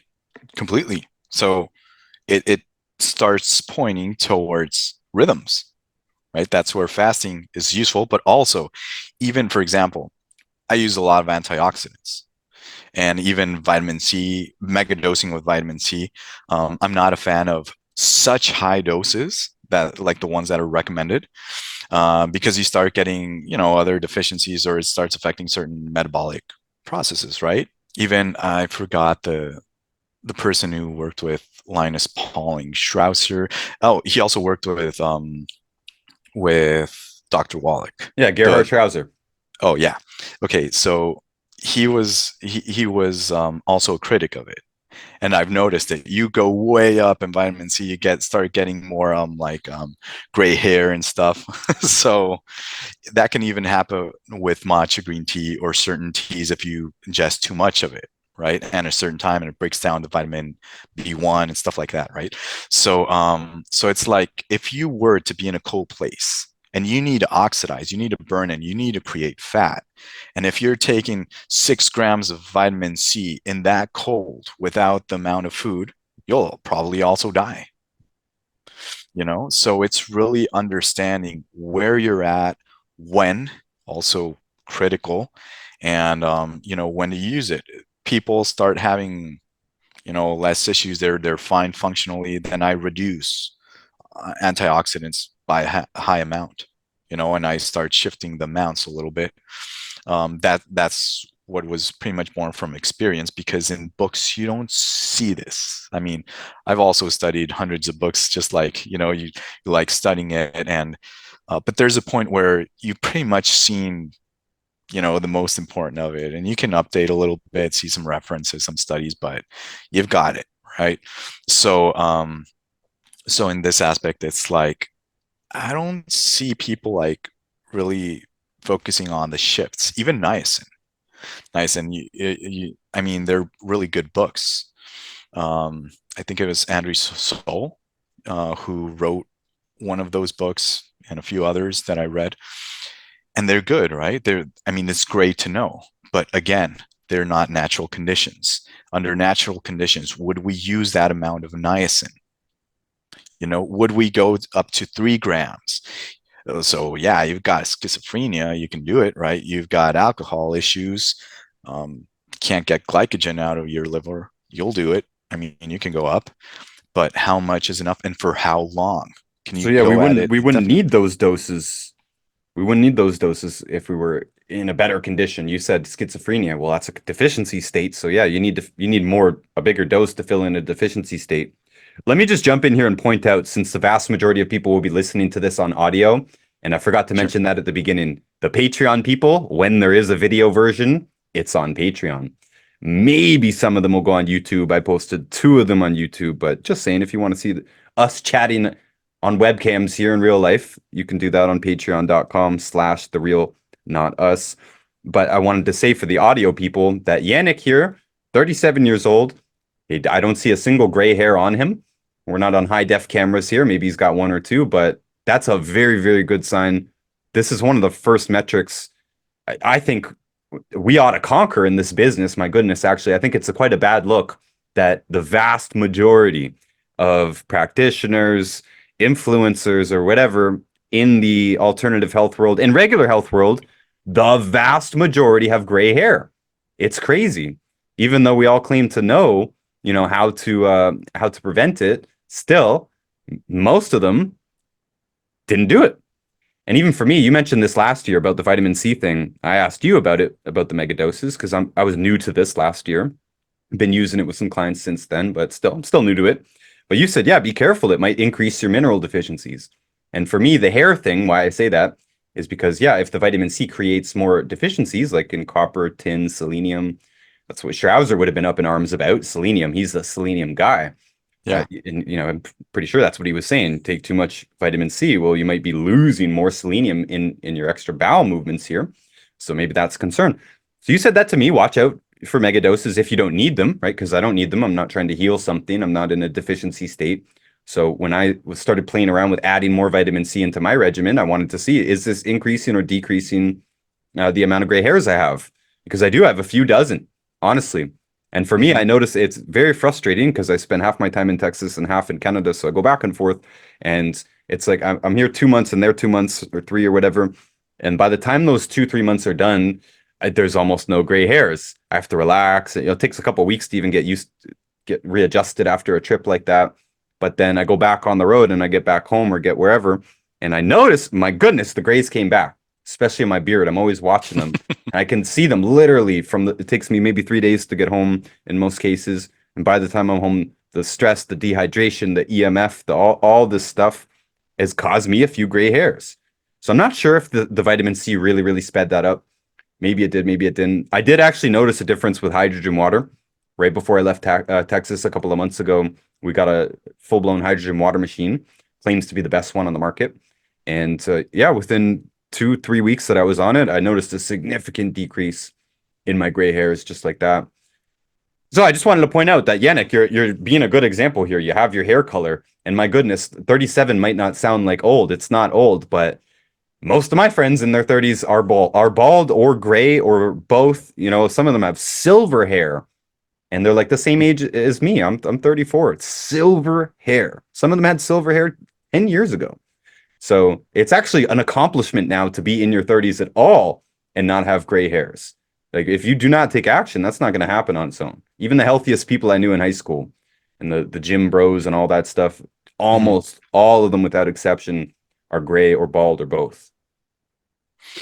Oh yeah. I mean, I've seen my friends, it's as if, you're first of all, I kind of like started looking younger, just like you were told, right?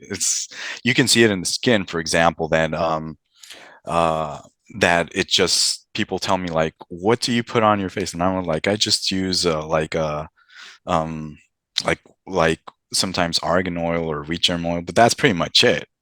Because I do it also to absorb and antioxidants for my brain and stuff. But other than that, I'm like, I don't use anything. I did notice, for example, I came since I moved here, water with chlorine, it destroys your skin. It's like all dry and stuff. I mean, I'm amazed. That doesn't happen in Mexico. You can't drink water over there, right? But you shouldn't be drinking it here with all that chlorine and fluoride and stuff, either way. But it just you can see even the toxins, those added to water in those amounts in those forms, right? How it impacts you. But yeah, the hair, it's as if your time kind of like it starts going so slow, it stops, right? In comparison to your other friends. I also have friends that went completely bold when they were 30, and and you just see them and they seem to be aging so quick. And so you just notice, okay, your body, you know how to do it. You have to preach it. It has to be visible, right? So because you can see someone that's like, oh, he looks so old and he's 30s. I mean, what's he preaching about being healthy and living longer about? I mean, it just doesn't make sense. So yeah, gray hair. There are other, like I said before, it's not just also the deficiency, it's the ability to transform it, right? So if you're megadosing and it starts impeding or affecting certain metabolic processes, that's also an issue, right? It's a big deal because at the end of the day, epigenetics means your environment, right? And how it impacts your cells. So if you got a different internal environment, including having more vitamin C, which you can consume a lot more than pretty much any other vitamin, right? Mhm. then then it'll start saturating your blood, at least for a time, and that will always impact. I mean, it has to. How could it not? You know, it's just like when you start getting this stuff, it's like, oh, okay, yeah, you need certain time for things. There's saturation. Okay. So this amount of thyroid hormone or this, but those levels again, even in functional neurology, it's widely known. Two people have the same markers for dementia. One has dementia and the other one doesn't. So then, of course, it's not stated. If you have this marker, this will happen. Even, and I've seen this a lot with people with hypothyroid.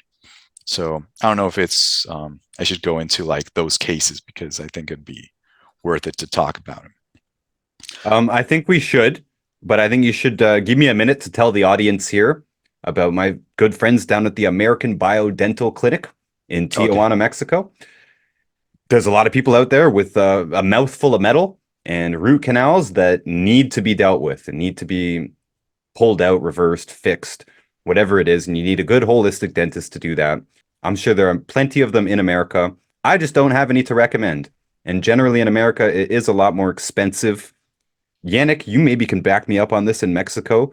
Some of the most high tech, cutting edge alternative health techniques not only are in Mexico right now, but Mexico has been leading in a lot of this stuff for a long time. Mexico is one of the top medical tourism destinations because a lot of what they do is just simply illegal in America, Canada, Australia, UK. People come from all over the world to Mexico to get treatments that are illegal in their countries. And yet, usually, these are some of the most beneficial things that we could do. And in this case, I get asked a lot about what I should do if I have a mercury filling, if I have a root canal, what should I do? Should I go see my dentist down the road? Should I go see the same dentist who put it in? Well, chances are that dentist is not a holistic dentist that knows what they're talking about when it comes to mercury toxicity, when it comes to the correct order of taking out fillings, when it comes to measuring the electrical implications of having that metal in your mouth. That's why there's a sequence to taking them out. They may not be aware of all the techniques required to properly clean the bone when they do go in and reverse a root canal. I'm just saying there's a lot to it, and I trust the American Biodental Clinic. I don't have any cavities or anything in the first place. You can avoid tooth problems with preventative nutrition, so I don't have any to worry about. But if I did, I would absolutely put American Biodental Clinic at the top of my list, both for affordability and for professionality. I trust them that they know what they're doing. Their hearts are in the right places. The prices are very good. And you don't have to drive down to Tijuana, by the way. They will pick you up in Southern California as far as the San Diego airport, and they'll bring you both ways. It's only 5 minutes from the border. There's no border stop on the way in. You just go right in, and hey, they'll bring you back out. That's free of charge with any procedure that you're getting with them, just so you don't have to have the hassle of getting insurance for Mexico or driving in Mexico, which can be a little bit crazy, even 5 minutes if you don't know what you're doing. So yeah, they pick you up, they drop you off. They have a range of services, including the basic dental stuff, even from just primary care dentistry, all the way to removing the root canals and everything like that, reconstruction work, all that stuff. They also have a range of other alternative therapies, non-dental stuff. They have a bunch of IVs they offer. Some of them they do use in conjunction with dentistry. Like if you do go get a root canal done or reversed, they will put IV vitamin C into you and probably some other stuff as well. So I'm just saying they have a range of services there, from dentistry to cancer therapies, hyperbaric chambers, all this stuff. You can talk to them and get a consultation with them for free at americanbiodental.com. That is in the description of this podcast, of course. And if you say that you were referred by not us referred you, you get $50 off if you spend at least $400, which is about the price of getting a filling removed, by the way, which is quite a good price. So check them out if you need your alternative dental care and other alternative services. AmericanBiodental.com. Yannick, you have any comments on the situation in Mexico with alternative care, comparing it to California and all that? Well, when it comes to dentistry, not much. No. I used to live in Mexico City and there was barely anything, but there are places like Tijuana, like you mentioned, and close to the border or in like on the beach. I think it's Cancun's popular. Cancun, yeah, Yeah. where it's more affordable, like you say, and you can do things that you can't do in the United States because you know they make it so difficult, right? Or it's illegal, like you said. So not in dentistry. I mean, I've studied up on it. I have my part of the program for heavy metal detoxing, but there really aren't many options, at least in big metropolitan areas. I mean, even my, the program I carry out, it's over there. It's in general, there's not this idea of, okay, it's the lifestyle approach. It's still getting there, getting healthier. It's still, they're working on it, but it's not as strong as here in the United States.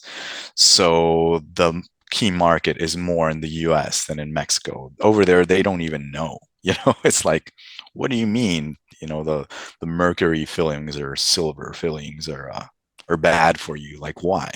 Have no clue. But in They don't America, even yeah, know. they don't know. Oh, Mexico less.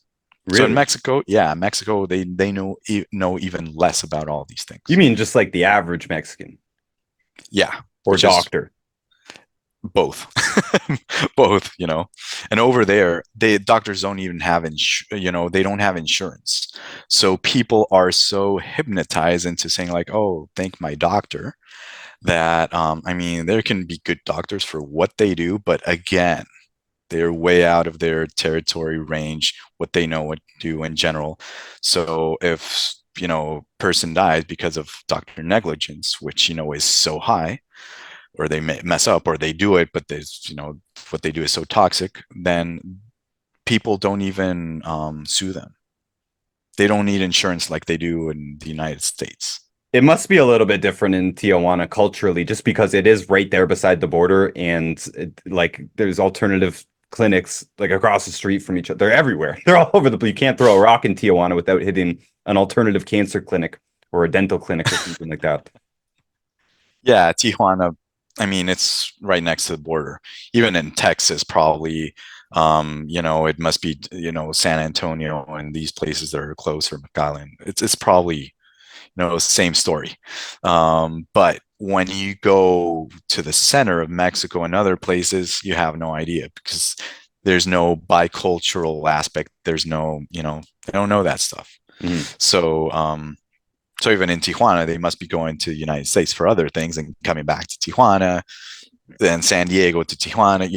So it's a Oh, of going back course. and forth, It's very right? much a border culture. Most of the people that work at the clinic live in San Diego.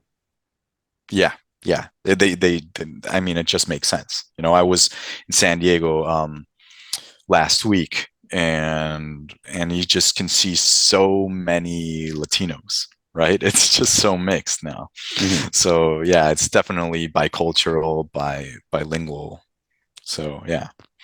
Yeah, but you'll probably find it there, not in other parts. Cancun, another place, but in general, the ideology is just so strong in allopathic medicine, right? That's why, in part, I'm coming to the US or coming back, right? Because I grew up here. And I still have that cultural aspect. And because in Mexico, they feel good with certain things. Some do carry out a little bit more of the program, but in general, it's like, okay, I got nutrition, I got this, I feel better, fine, right? Started seeing some politicians and other types of, like high status people, and they're still on it because they require that performance, right? Mhm. But in general, it's still just more of a fad. Like right now, going to the gym and doing certain things, and like that they're not there yet. And here in the United States, there are a lot of people, and even in Canada, like you, that and or me, that were motivated into learning, and there's ways to understand it. In Spanish, you don't have that amount of information. So part of my goals, depending on how everything goes, is getting all this also in Spanish, right? So that way we've got two languages, and people can really learn it, because most of it's in English, and most people don't speak in English in Mexico or in other people or in other places, or they don't have access to books, right, that are in English, or sources of information, right? Well, Dead Doctors Don't Lie is in Spanish. It is available in Espanol. But that's, yeah, it's only one book. I had a couple of people offer to translate some of my books into Spanish. I don't think it ever happened. I know translating is a big job, but yeah, you're 100% right. The Spanish market is our second biggest market technically, but it might be the first biggest market if the material was out there in Spanish. There's so many, and their diabetes and obesity rates are absolutely terrible in Mexico, completely catching up with America, if not surpassing it in some places in Mexico. So yeah, there's a lot of Yeah. people that need a lot of help, and this information simply is not in Spanish for the most part.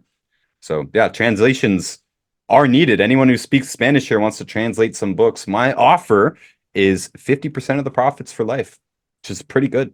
Translate any book, whatever it sells in Spanish, 50% of the profits. I don't know how much that's going to end up being, but percentages are good to me. Well, maybe I'll translate them with that offer. You 50% is know a good what? deal. I would get 0% if it wasn't in Spanish, right?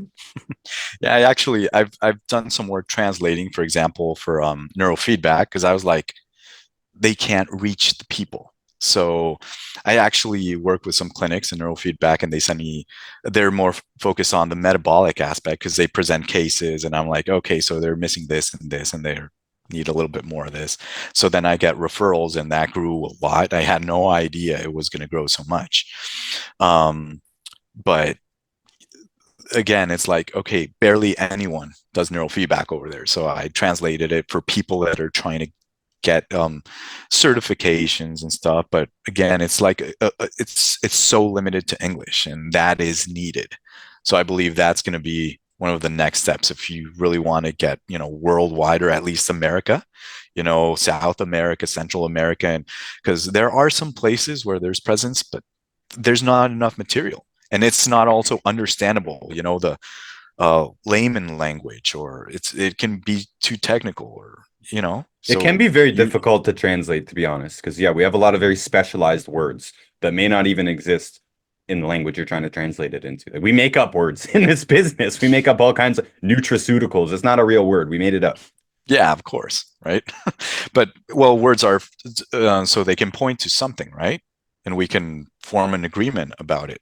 So in any case, well, if we make them up and they start being used, well, then you've got a new word, right? It won't Mhm. have a Greek root, or Latin, or anything of it, or Sanskrit, but in either case, you don't need it to transmit an idea. So I just wouldn't go so technical, because I can go way more technical, but if depends on who you're talking to, right? So in any case, you go way too technical, you're leaving the rest of the public outside. So just like language can create bridges so people can understand and communicate and everything, they are also ways of excluding people, right? Even if you have like your own words with friends so no one else understands, same thing, right? So getting all this stuff Spanish, I mean, you mentioned Dead Doctors Don't Lie, which is translated, but how many other of the books, right? Or in any case, even orthomolecular, you barely get them. Or I have in my possession the Spanish version of Let's Play Doctor by Dr. Wallach that was never released. So I'm hoping to release that. I've got it here ready. It's my next big project in line, actually.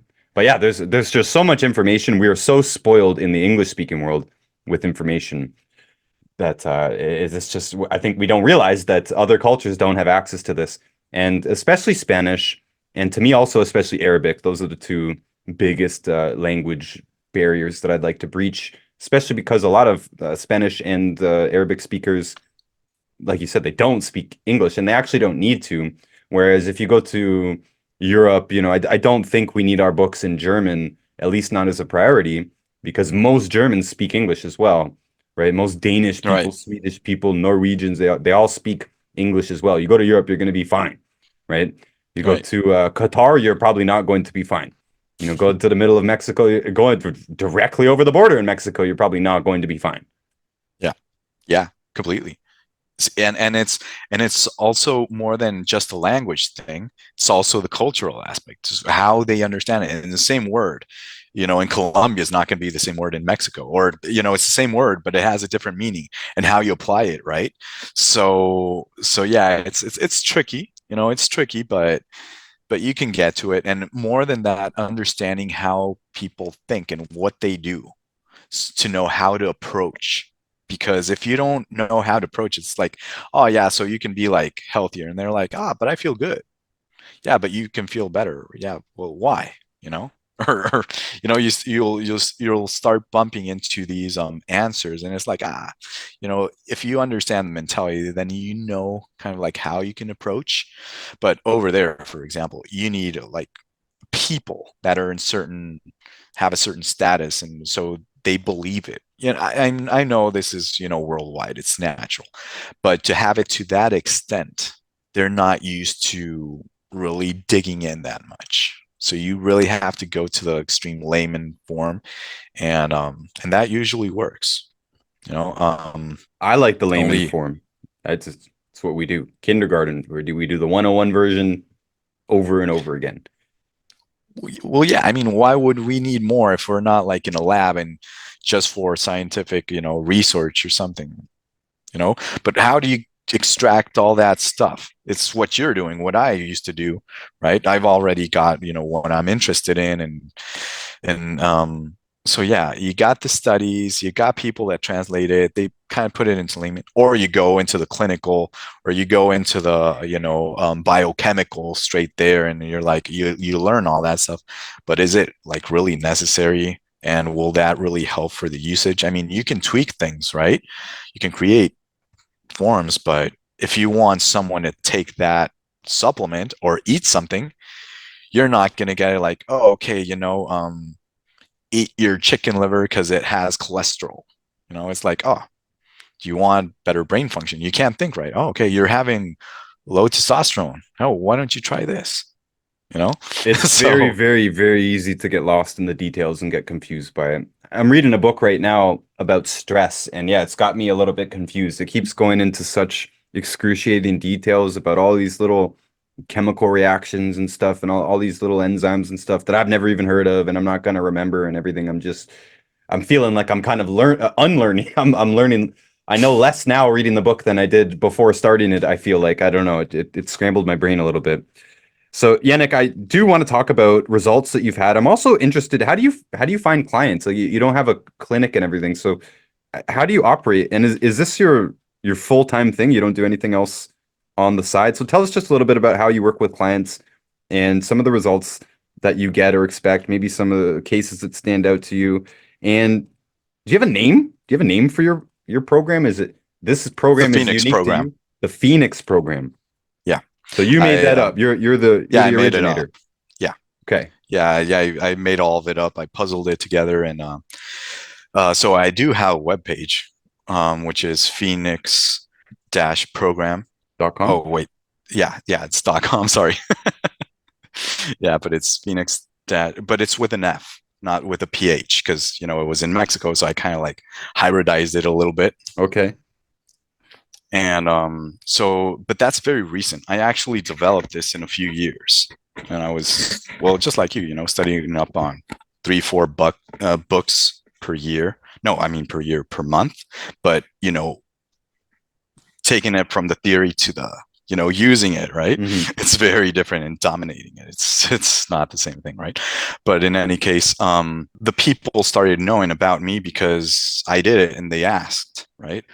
And this is Okay, like you at the gym and stuff, and people just noticing, like, "Hey, Yannick, you're in great shape. You're looking good. What's up? Your skin's clear. What's up? Can you help me?"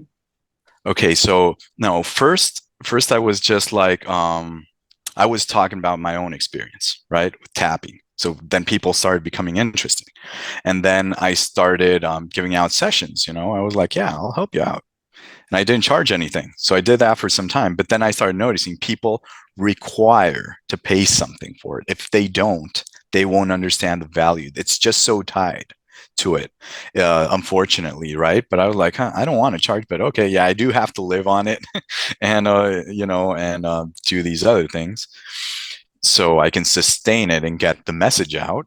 Eventually, I started writing about it on Facebook, and people, friends started asking, but I everything was like in Spanish, right? So then people started asking, they started coming in for sessions, and they started getting results, and they started telling family members and friends. So I started seeing people from ranging from that person to the grandparents all the way down to the no, not the grandchild. So I started seeing like complete entire families this way. They were like, oh, he helped me with this and this, and it just started spreading. And it was difficult to really say, oh, well, this is what I'm doing, because they were like, this person that just didn't get a hip replacement because they're fine now says they're okay, but this other person that has trauma is also recommending you. So where do you like how do you piece it together? So so that's how I started like getting people well, just communicating and looking me up. And then I started getting certifications, and I started going into like lunch and learns or stuff like that, like, which are pretty much like this ways of neurofeedback communities to learn about things and have everyone pitch in with their specialties. So I started talking about that, all the functional aspect of it. And I started getting a lot of references from the United States, because I used to have just in Mexico, in different states, right? I started getting recognitions in this aspect. And I also was certified in BioWell. So it's a type of Russian equipment, so you can check energy states in your body, and it's very useful if you understand how to do it. Just like as a lifestyle approach, like, okay, so if you eat this stuff, you can see like your large intestine and your colon and your small intestine. You're getting like high energy or inflammation or this or that, and it's very quick. So I use those groups as well. In Mexico, I started, and people started searching me up, and for me to teach them how to use it as well. And neurofeedback, I started getting into these other groups and just recommending. And then they started sending me people, and then I started working with clinics, and it's amazing sometimes, because I started with one person and it's like, yeah, let me try with my sister, right? So let's see how she feels. And I was like, oh, okay, so she's good. Let's try with my mom. Let's try with my husband. Let's try with my friends. And she started doing it as well. And then it was like people up to 30, 35, just from one person. So it just kept on spreading, and they check my website, and it's just more like for an explanation and the landing page. So they're like, they know a little bit of what it's about, but it has all been from word of mouth. It's just like they're talking about it, and they come, and then they always want to share. So this is the great part, because a person feels good and they want to share it with someone. They want it for their parents, or they want it for their children, or anyone. So that's pretty much how it came into being. But I haven't really been in this for more than 5 years since I started. But I just went really quick, and I started getting results, and I started um, improving it until a point where it was, right now I'm in Los Angeles, because the idea is to set up a clinic, also a brand that's affordable, and have my own type of mixtures as well, but in a way where people can really get everything they require. So that's one of my goals, but it's really not happening yet. So right now it's still just different people that come to me, recommendations. I haven't even created any more webinars. I did start with webinars and some YouTube, but just one video brought in so many people. Um, so right now I'm pretty much going to do that. Probably other businesses that are not related, a little bit more on my investment background and other aspects, so I could also finance this, right? But yeah, that's where I'm at right now. That's how people know about me. It grew a lot more here in the United States than it did in Mexico, because I wasn't going the commercial route. I'm still not there yet. I'm just going to start it, but it was just by word of mouth and by certain groups that are into health. And they got, if I think that's the best way, right? You achieve results, you share them. That's all you need. I mean, because I could bluff, and talk about it, but there's nothing like knowing someone that says, oh, well, I remember you had this and now you don't have it, right? So you were depressed, and you're not depressed. You're off all these meds. You're off insulin. You're off. So they're like, yeah, this is great. Oh, I've been going to the psychologist for this long, but my trauma is worse, right?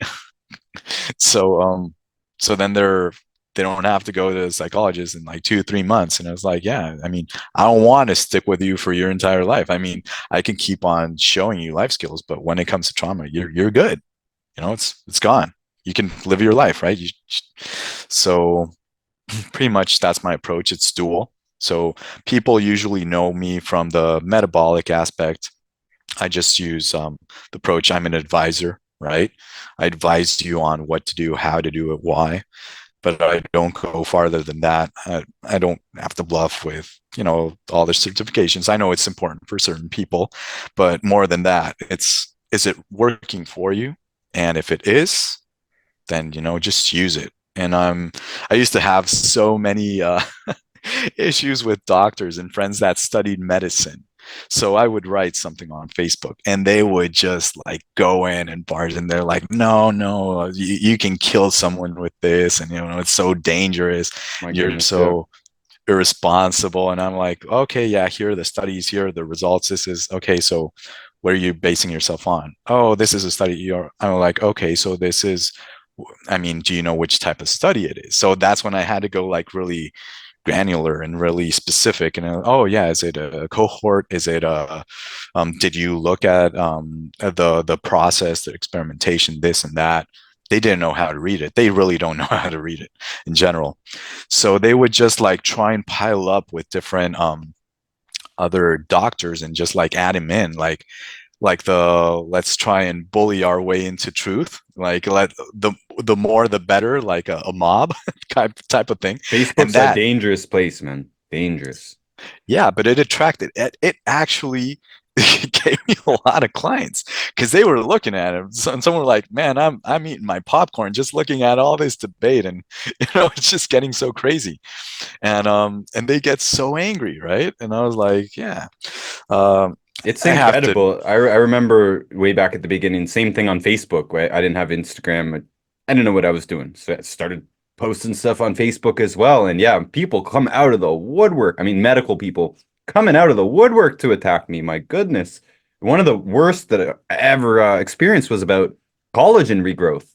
And you probably know, I mean, I know this is bread and butter stuff in our business, regrowing collagen. What are you talking about? This is fundamental here. This happens all the time. Who is arguing that wounds can heal, right? Your body produces connective tissue when it heals a wound. Like what? Why is this in debate? But yet apparently still the medical world at large thinks it's a contentious thing to say that you can actually regrow cartilage. That's heretical. No, you can't. No, you can't. My textbook says it can't. My teacher said it can't. And we've just been repeating the same thing for 50 years. And they see it and then they discard it. Oh, you did. Oh, it worked for you. That's great. That's it, right? Yeah. Oh, you don't have asthma anymore. What? In 2 weeks?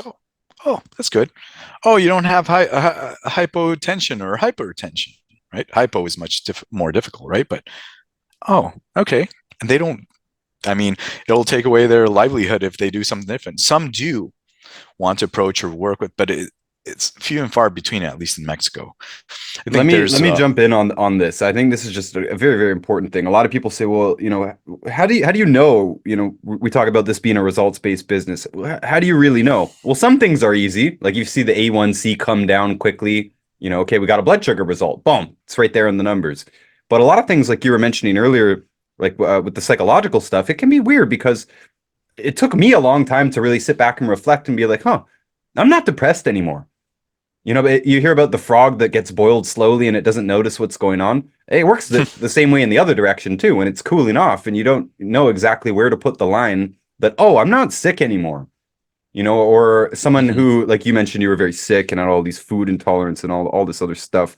It's someone who is sick all the time. They go down to getting sick, only once in the last 5 months or something. And I'm just saying that to me, we see a lot of this where it's obvious progress. Things are doing good. Haven't had a seizure in a long time or whatever. But we all have a hard time pinpointing things down. Like, okay, is this epilepsy reversed, right? And legally, we're not even allowed to declare this. We can only say you've been in remission for, 10 years. You haven't had a seizure, but you're still in remission. We're not legally allowed to say that you've actually been cured. It's just quite a weird situation. And then just to comment on what you said with these doctors, we run into this all the time because we crave documentation to prove a lot of what we say. We have the textbook, we have the biological data, but real world case studies, most of them are in our heads.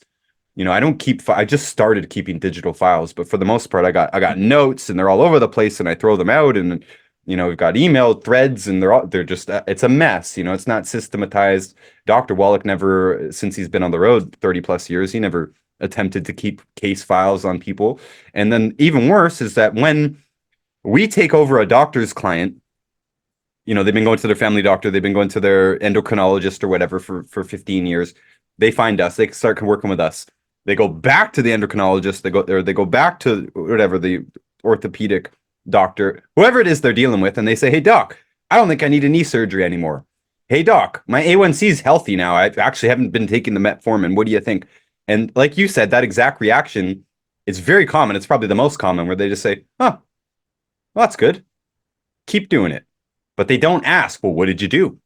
Who gave you that advice? What products did you use? What doses did you use? How long did you have to take it? Did you get any reactions at first? Did you have to do any food changes? Did you do any lifestyle changes at the same time?" These are all questions that I would ask to figure out what happened and to teach myself how to help people better. But I've never, ever heard that come from a doctor in a clinic, at least that a client's telling us this is how the doctor reacted.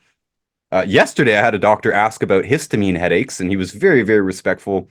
When we spoke on message, he says, "Thank you. I don't pretend to know everything. I'm still looking for answers. I have histamine headaches. I would like to get to the bottom of them." He said something like that. That was great. That's 1 in a billion, one in a million. Ah. And a lot of the times too, just last point here, these doctors will refuse to give us the final evidence that the problem has in fact been fixed. We've had people go back to the doctor and say, "Hey doc, I don't think I need that knee surgery anymore. Can we take another x-ray to prove this? Can I have the x-ray? Can I keep it? Can I take a picture of it with the phone? Can I have this evidence?" And a lot of times they'll refuse the x-ray. They'll do a little examination. They say, "Hey, I think your knee is fine right now. We don't need an x-ray." Or they'll refuse to do an extra series of blood tests. They'll say, "Look, if you don't have the problem anymore, I'm not going to sign off on another blood test because you don't require a blood test to diagnose a problem." Right? Since they only deal with problems, that's all they're interested in. But if you go in and say, "Hey doc, I fixed my problem," just my point here is that almost always, I can't think of any exceptions, but almost always they refuse to provide that final evidence that the client would need and that we would need to prove that their blood pressure is healthy, or prove that, whatever has been, blood pressure is not a good example because you can check it yourself, but whatever tests that we need done, the same ones that they diagnosed the problem with in the first place, we need that done again to prove that it's fixed. And they just usually won't give it to us. It's very frustrating.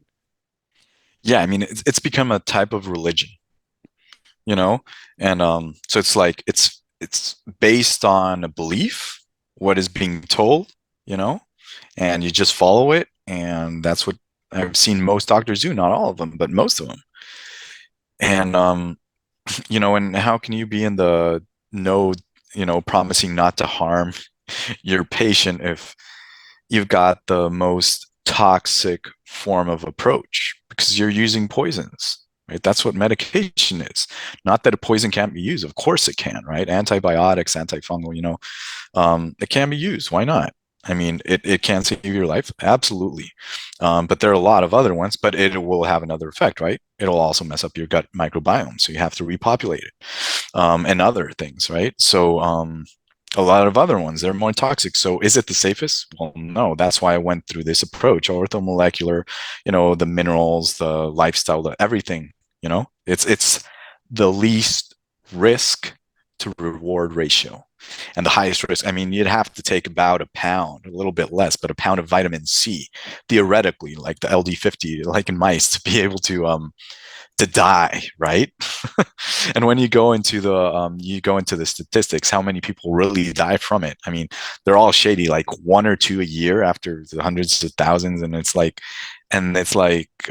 level of certainty, it's the lowest. Like, I don't know, but let's say it was this, right? Yeah, you cannot for certain say that a vitamin killed you. Definitely not. There's even, I think, like 4 deaths a year in the US. I could be wrong on this number, but I think it's 4 deaths a year in the US are attributed to iron supplements, which I could, I guess, theoretically believe if the dose was massive. But at the same time. I'm like, how are they figuring this out? These people probably have chronic disease in the first place. They're probably just statistically most likely to be eating the American diet and have multiple nutrient deficiencies. How are you going to tell me that the iron supplement for sure is the thing that killed them, even if they had extra too much iron if in the blood? Like, it was obvious they had way too much iron. Even if that was still the single identifying factor, I would doubt that that would be the only actual factor in reality, because again, they were probably already deficient to begin with. Why did they take the iron in the first place? Right? Were they anemic and Right. they took too much or whatever? Well, okay, anemic is proof that they already had a problem to begin with. So just saying, just that there's always going to be a lot of confounding factors. And unless it's just like a super dose of a powerful herb or something, herbal tincture, I still have a hard time believing it. You have to be weak and sick in the first place if a supplement's going to take you down. Yeah, it's just so I mean, and especially with the types of supplements most people take, most are Chinese, you barely absorb any of it. Yeah, they might have heavy metal, well, not heavy metals, but like titanium, which is pretty bad and stuff like that. But even in those cases, I mean, for it to kill you that way, I'm not buying it. And especially with the people I've worked with, the amounts that I use, the quantities, it's just like we had no idea. But anyways, let's say it is so. All right, let's benefit of doubt. Let's even multiply that by 10. And you can contrast that with the amount of people that die from medication, from the poisons, right? It's upwards of 400,000 plus. So then it's like, okay, so now what, right? Which route will you go? And it's not just to treat a disease. I mean, what you're really doing is you are giving the cells, like, cartilage. You were talking about cartilage, right? Well, those cells aren't dead, are they? They just don't have the material they require. Right? Another issue with vegans, they have to produce, and it's a lot harder than if you would take collagen, for example, type 2. It's maybe even boost it up with some hyaluronic acid. So in any case, it's just like the cells aren't dead most of the time. And if you do have some, are you sure they're still dead? It's all just pure assumption, like you said. Oh, like these deaths, are they also pure assumption? I mean, they're assuming it. We really don't know. And in the same way, it's like, yeah, was everything brought from also a deficiency? I'd say most of it, but it has to do with performance. That's why I want to so important to integrate the performance. So Dr. Wallach does go into that with sports, right? I actually, I'm not, barely known like in public or anything, but I've coined, at least in the circles, like also not just big food, big pharma, but big sports. I mean, how can people not see it, right? It's an industry.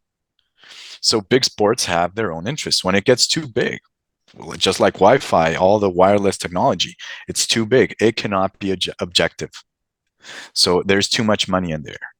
So just call it big and know that all those studies, they will not be reliable if it comes from the same industry or someone that's associated with it. It just can't, because they're more focused on sales. That's the reality. And when it comes to sports, it's the same thing. All the trends right now, just they're doing stuff. Yeah, they're in their 20s, they're in their 30s.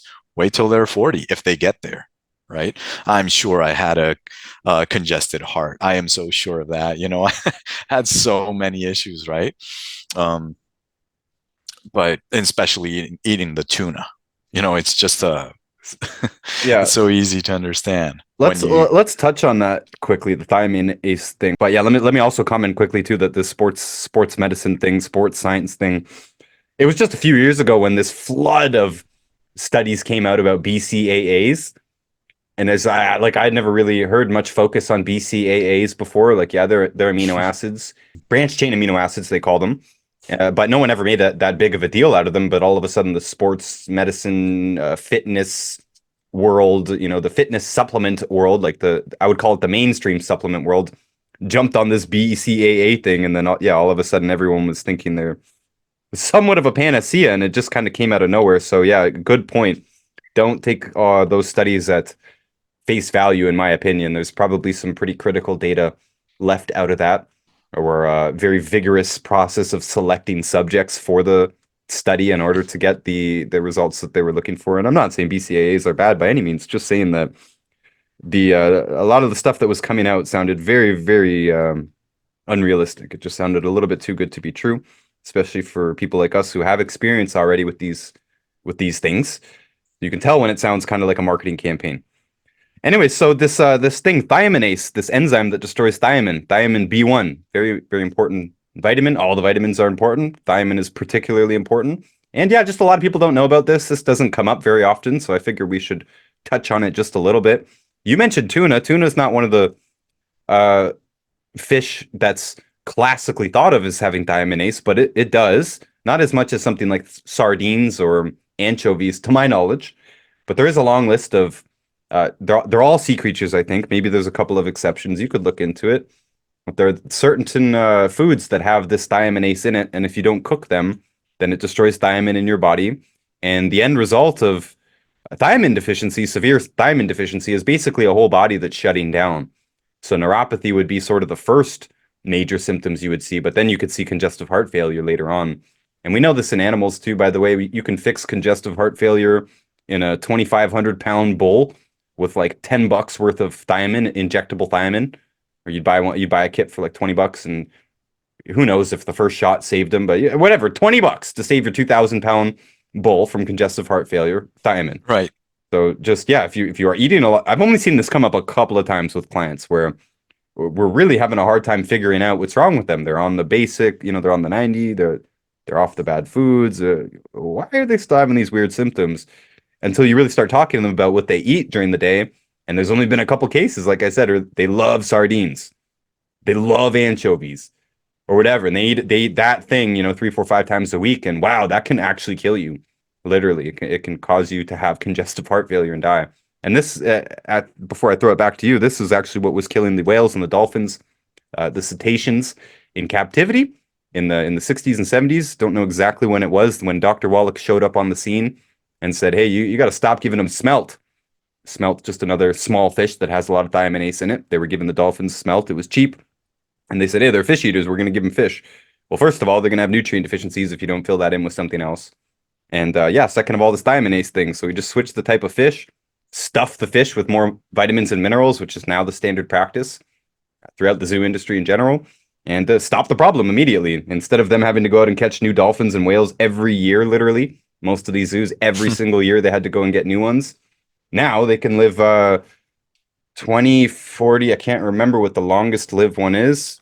Longest lived whale in captivity, got to be over 40 years. Yeah, one she's the oldest.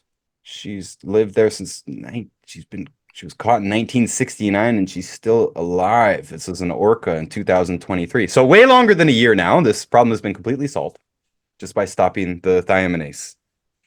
You have anything extra to add to thiaminase, or did I cover that? Yeah, I'd say thiamine is such an important vitamin, so yeah, people start feeling it in the nerves or nervous system, right? And why is that? Because it's just requires so much energy in the heart. It requires so much energy. So if you want to produce it, right, like a furnace and get high yield energy, well, you're going to need it. So that's why beriberi, or just, you can have all these symptoms and just not find it, because I always work at a cellular energetic level, right? I look at it that way. And if you have this thiaminase, then you won't absorb it again, or it'll be destroyed. Not just thiaminase, even tannic acid. So I know it's like with all functional medicine doctors, I mean, at least the ones I've seen, it's like, oh, eat your blueberries, they're great forever, eat a bunch of them. Yeah, but they're higher in fructose, and they're higher in tannic acid as well. And why are people eating so much? They're like starting it, and then they crave it, and there's a reason for that. If you're craving it so much, probably isn't good for you in a way. So that's another way where you can't. It's the thiamine is destroyed. It's just so important for all the activity. So in the same way, you can go overboard and have your cells produce, well, they're working so quick that you deplete other reserves, right? So I do use thiamine. Usually, I use special forms as well. And thiaminase, raw fish. It's culprit. Also rice. For example, I remember Dave Asprey's a big fan of white rice. And I'm like, I'm not at all. You can just feel it if you eat it. It's really quick you'll notice the energy levels, right? But just like in Japan, you can notice these issues, right? They're just so common. So yeah, that'd be the only thing I'd say about thiaminase and raw fish in general, and tannic acid in vegetables or fruits that, again, it destroys what you need, and we're not really designed to eat much of it. We wouldn't find loads of it, it's just not, it wouldn't be that easy under natural circumstances. So with these huge energetic issue, these foods that are so hollow, and this invisible starvation we have, thiaminase can be critical in destroying what's left of what you have.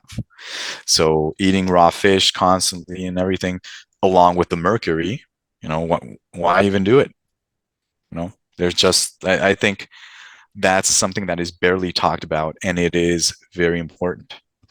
So let's use this to transition into alcohol. Just wanted to touch on it briefly because we were talking about sleep earlier. I think we should mention that alcohol may be one of the biggest disruptors of sleep. I forget how big of a problem alcohol is because I don't really drink very much, and most of my friends don't drink at all. My family and all, a pretty dry circle here that I'm in, so I just forget how popular alcohol is.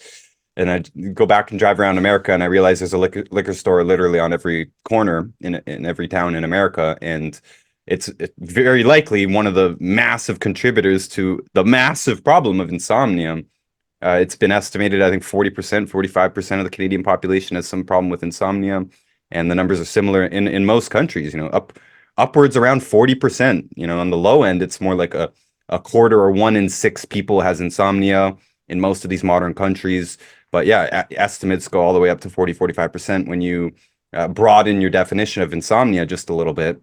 And alcohol can most definitely contribute to that. I mentioned that B vitamins are one of the most important to getting a good sleep. Of course, calcium, magnesium and stuff as well, but B vitamins particularly. And alcohol does contribute to thiamine deficiency by providing calories for your body's machinery, but without the thiamine. So you need the B vitamins to process the calories or the carbs. But when you're eating these or drinking these empty calories, so to speak, that don't have any vitamins in it, now you're actually you're demanding your body's reserves to deal with the alcohol. Does that make sense? So when you eat food that has nutrients in it, some of those nutrients are going to be used to actually digest that same food. But when you eat barren food, like alcohol or processed sugar that has literally nothing else in it, it doesn't come with any of its own vitamins or minerals to help with the digestion, to help the enzymes deal with it. So now your body has to give its own B vitamins or minerals to help digest this alcohol.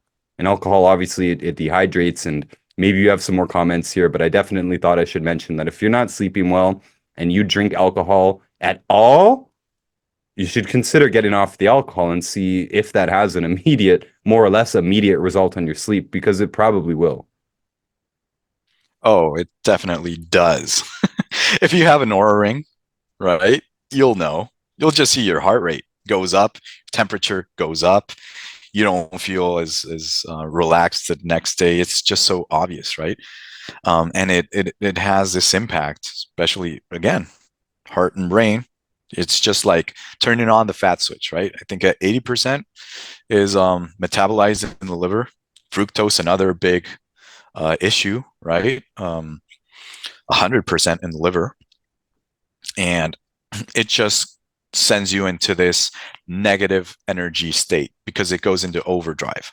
But in any case, alcohol, I see it more of it's the allowed drug, just like caffeine. Mm-hmm. So people can keep on doing things and not be as stressed enough. They have a way out, somehow. But I never say, oh yeah, alcohol is going to be like healthy, right? Maybe if you were like you have a lifestyle where you're not that stressed, and sometimes it even helps in social gatherings, but not going overboard and once in a while, and but you have all this behind you. Okay, it'll be sustainable, but the way we're using it and just thinking about it metabolically, hell no. I mean, it's just staring back at you, right? You go, you wake up, you know it, you feel it, but doctors then say, even functional doctors, well, yeah, you can take some wine because it has resveratrol. I mean, yeah, but it also has a lot of mycotoxins. It's also alcohol. So you need the oxidants and the antioxidants, right? You need both to have like this up and down the the goings on, the processes. And if you have a lot more from one than the other, then you have issues. Like you said, it's very empty, right? That's why you take like 5 to 6 grams of vitamin C. You start there's some studies showing that you start losing some weight, the fatty liver and everything. So it seems to have this contrary effect, which yeah, it's a potent antioxidant, right? So vitamin C is also similar as a glucose molecule, right? So in any case, just understanding that alcohol is not going to be healthy, high fructose and without the vitamins not going to be healthy. Even you'll get fat because in other times it would be important to be fat when there isn't food. Mhm. Right, so it's the fat switch. There's a reason our body's doing it. It's not stupid, right? It's not like, oh, something happened. It's so the term of dysfunctional is kind of like labeled, like you said, you got it, you've been diagnosed with something, you're going to have it for life, and you don't work. So it gives you even this mental idea of, oh, I'm never going to be able to do it. And if you believe it, you're in trouble, because then you'll require the meds forever, or believe you do, right? But with alcohol, yeah, alcohol, big no-no.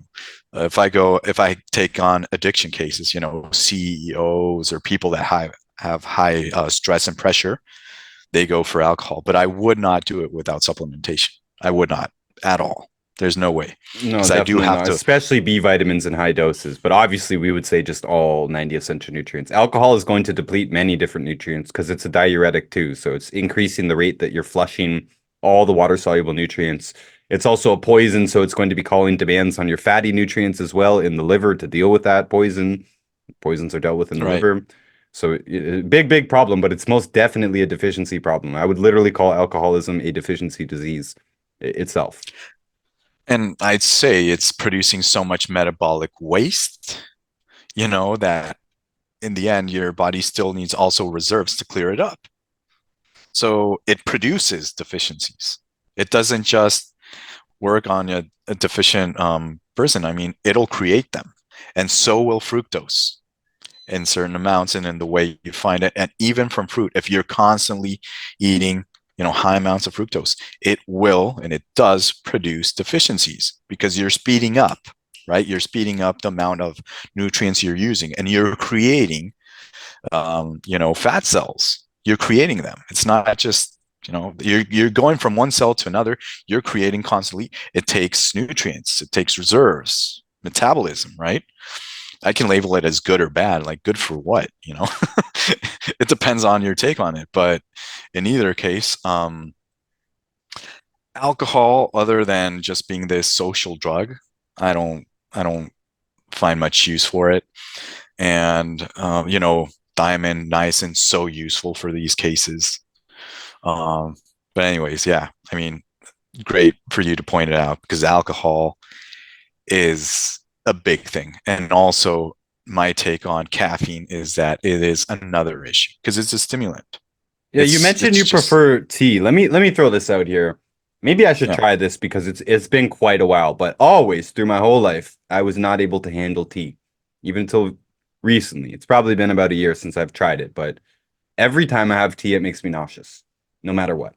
No matter if it's a herbal tea, a sleep tea, a dandelion tea, almost any tea.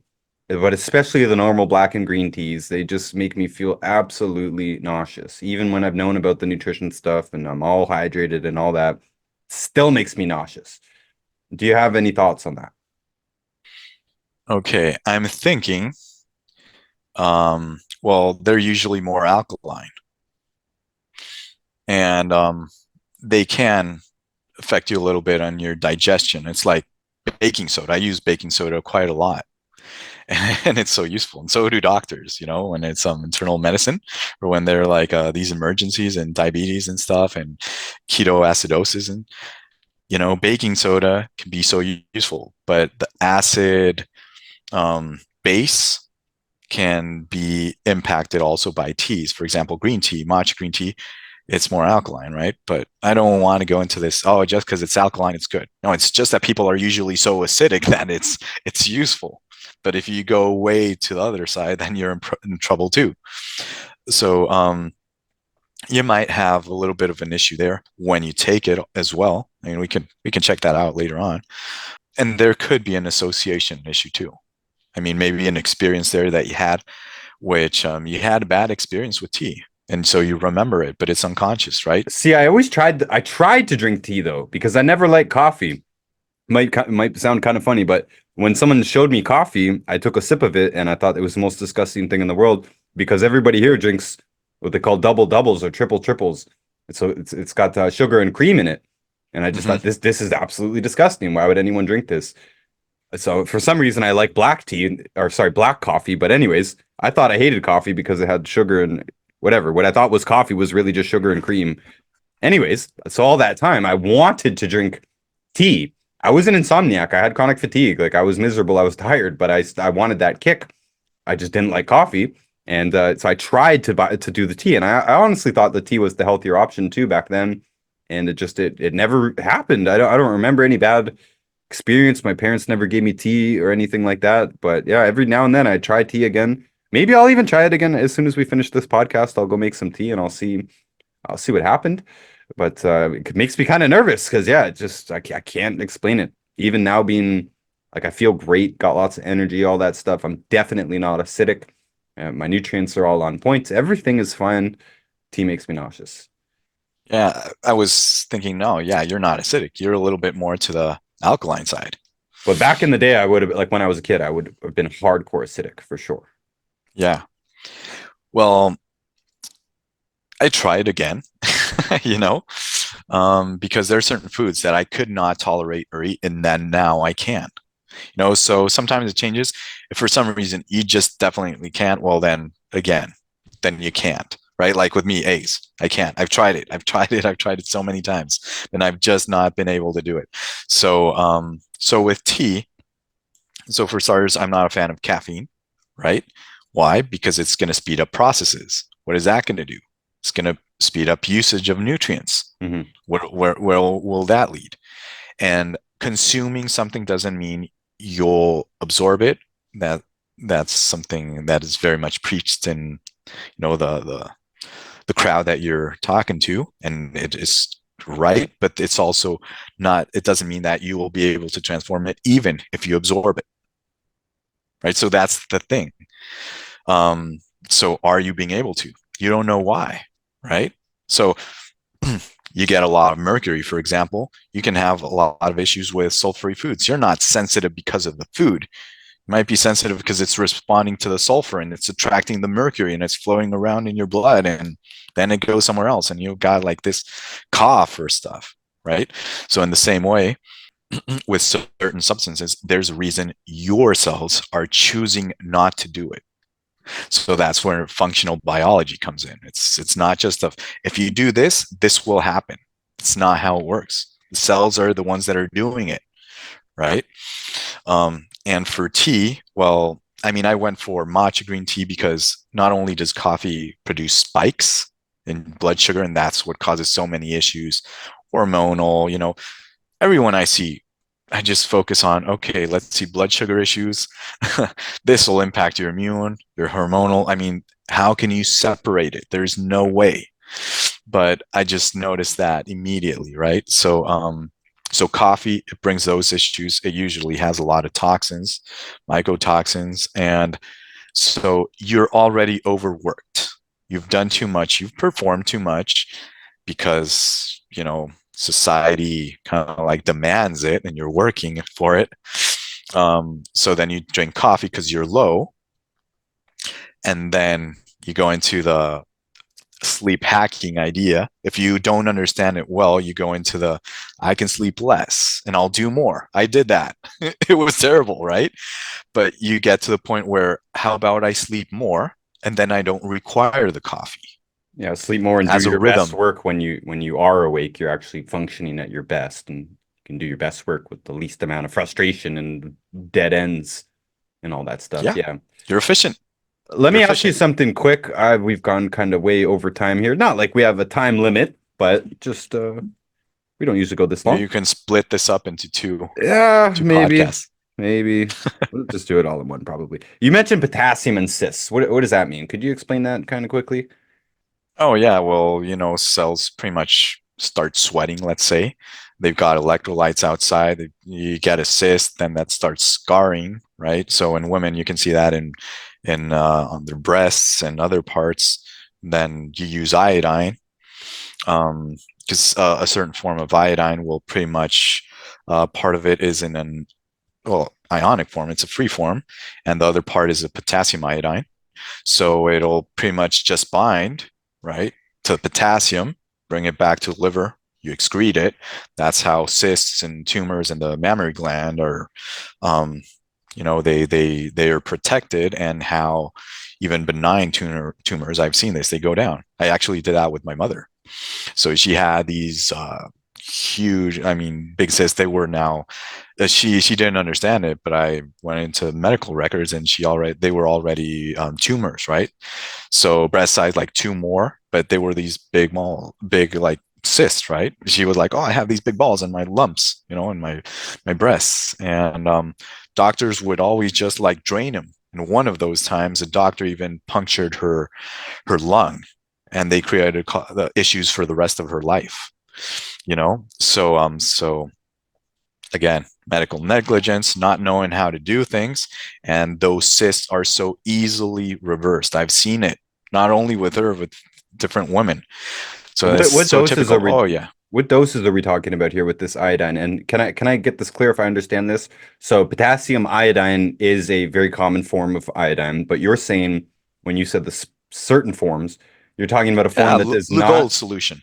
So you're talking about a form that's not potassium iodine because you want the iodine to go Yes. in and bond with the potassium, becoming Yes. potassium iodine, and then that Yes. potassium iodine will go to the liver to be cleaned. That's right. Yeah, What so you can doses? also What do that doses are in you a talking about? nascent form, ionic forms, and it'll work. I've used both.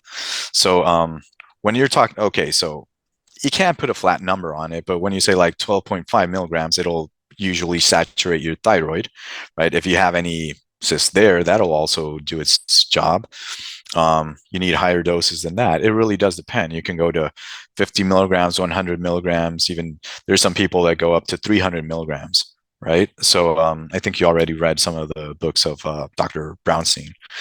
And so he usually go with it was, I think, Dr. Brownstein, Dr. Fletcher's, and also Dr. Abram that pretty much really focused on that and taught them how, if I remember correctly. But going up to those megadoses, not just pure iodine. Again, you need a lot more of the rest of the things, right? The 90 essentials, or even others that are useful.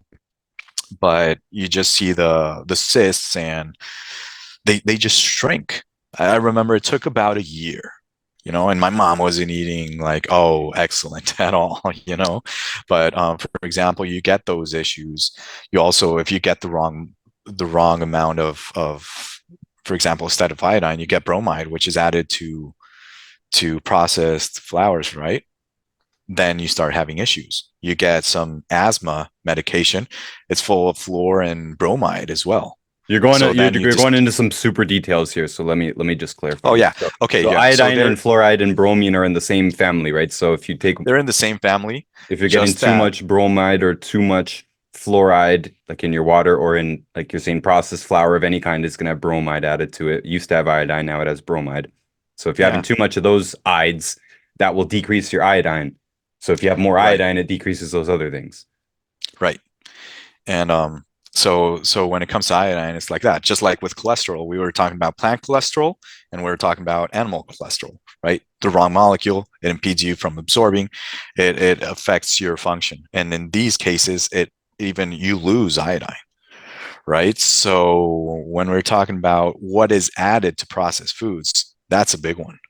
And you need to detox, you need to get rid of that bromide and that fluor, and you need a megadose. I mean, that's the easiest and fastest way to do it. And so you can get people even in their studies like, oh my God, the doctor didn't know because you had like super hypothyroidism, like 0.001 TSH, right?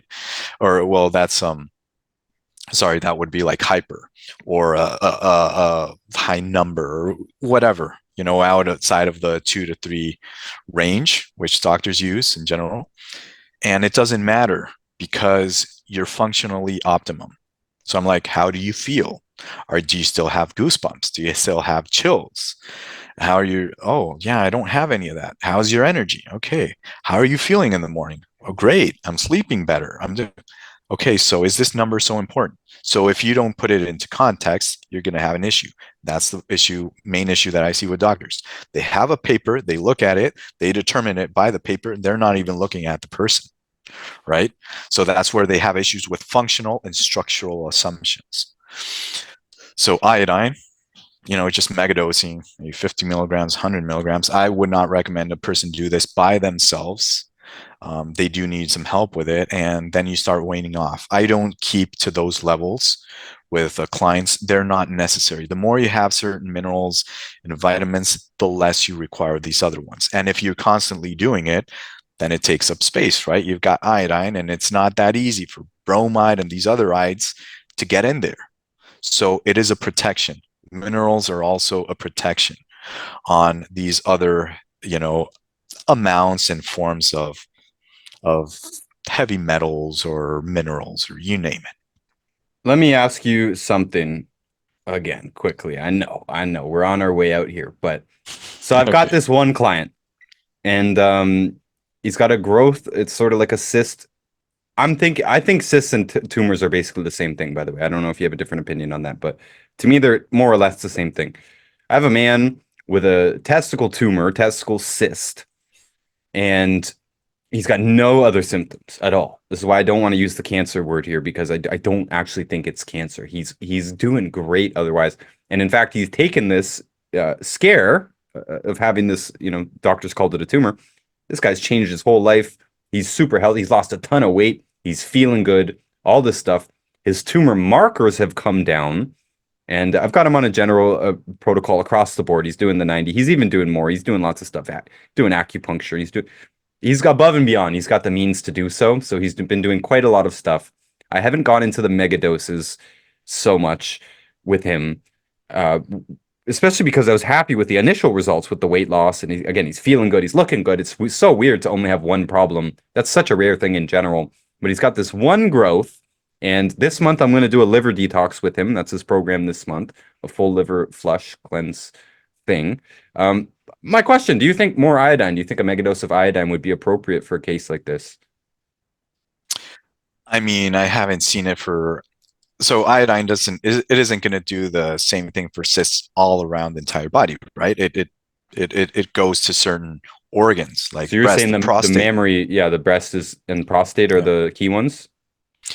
Oh, I mean, those are important ones. I can't say it won't happen, and he won't have improvement because, again, he'll probably even have better thyroid function, right? And he'll reduce his potassium levels overall, and that may be enough, you know? So I would try it. Something else is I would get him off chocolate or I would get him off caffeine, definitely. So I'm not a big fan of chocolate. So cocoa, you know, organic form, yeah, it will have its benefits, antioxidants and stuff, but it also does contain a lot of caffeine. And the same thing, you know, caffeine induced cysts, or it'll just tip the lever a little bit more to one side, and then you can get assist. So I'd lay off of that stuff. I'm not a fan That'd of be my- chocolate either. It can be a bit of an irritant, but I just never really liked it. So and it's terrible for kids. Have you seen them? I mean, just give them chocolate and you'll see, and they're like, "Oh, he's got ADHD." I'm like, "No, you're giving him chocolate. That's it. And they're off chocolate. They're fine." well, yeah, I guess we normally think of the sugar, but the chocolate could just. This is another thing I'm sort of just blind to because I don't really eat chocolate, so I don't really think about it very often. But yeah, there's definitely a lot of people out there who even identify as a chocoholic, and just like we said at the beginning, that might very well be your biggest allergy, actually. Oh yeah, it's one of mine. So, Yannick, I think we should wrap up here. You mentioned you do not have a clinic, but you're working towards it. I thought it was interesting that you mentioned your investment business to fund, you used the word to fund the nutrition clinic. It's interesting because, yeah, nutrition's not a very profitable business. Whenever you get people criticizing, like, oh, that person's just trying to make money. In my mind, I'm always like, by promoting vitamins? What are you talking about? Yeah. Man, I would pick a different career for more money, my goodness, or yeah, an easier dollar earned, basically, a less stressful dollar earned. There's a lot of work to make money in here. I know an anesthesiologist in Houston though that he still has to be an anesthesiologist to pay to open his clinic, and he is. He just opened this year. It's called Thrive Clinic or Thrive Medical Center or something in Houston. I think he's got another location in Sugarland. Nonetheless, the funny thing to me was that he had to do his more profitable job in order to fund what is the passion project, which is a holistic medical center. Because yeah, if you didn't know, I'm sure most of the listeners do, but my goodness, it's not an easy business plan to start to formulate. How am I really going to make a living in the alternative health business? It's not a simple thing. Insurance does not pay us. It can be difficult. So you don't have a clinic. You're working towards a clinic, but you're taking clients now. Yeah, I'm still taking clients. I'm doing it online right now because I still don't even have my stuff here, right? to be able to measure, but I just use functional parameters. That's how I was doing it from Mexico, clients in the US. Regardless, the results are there. I lost 20 pounds in like month and a half or 2 months, or I don't know. And so it's you don't really need it. You can. I mean, I use them, but I don't need it. So right now I take in clients that way.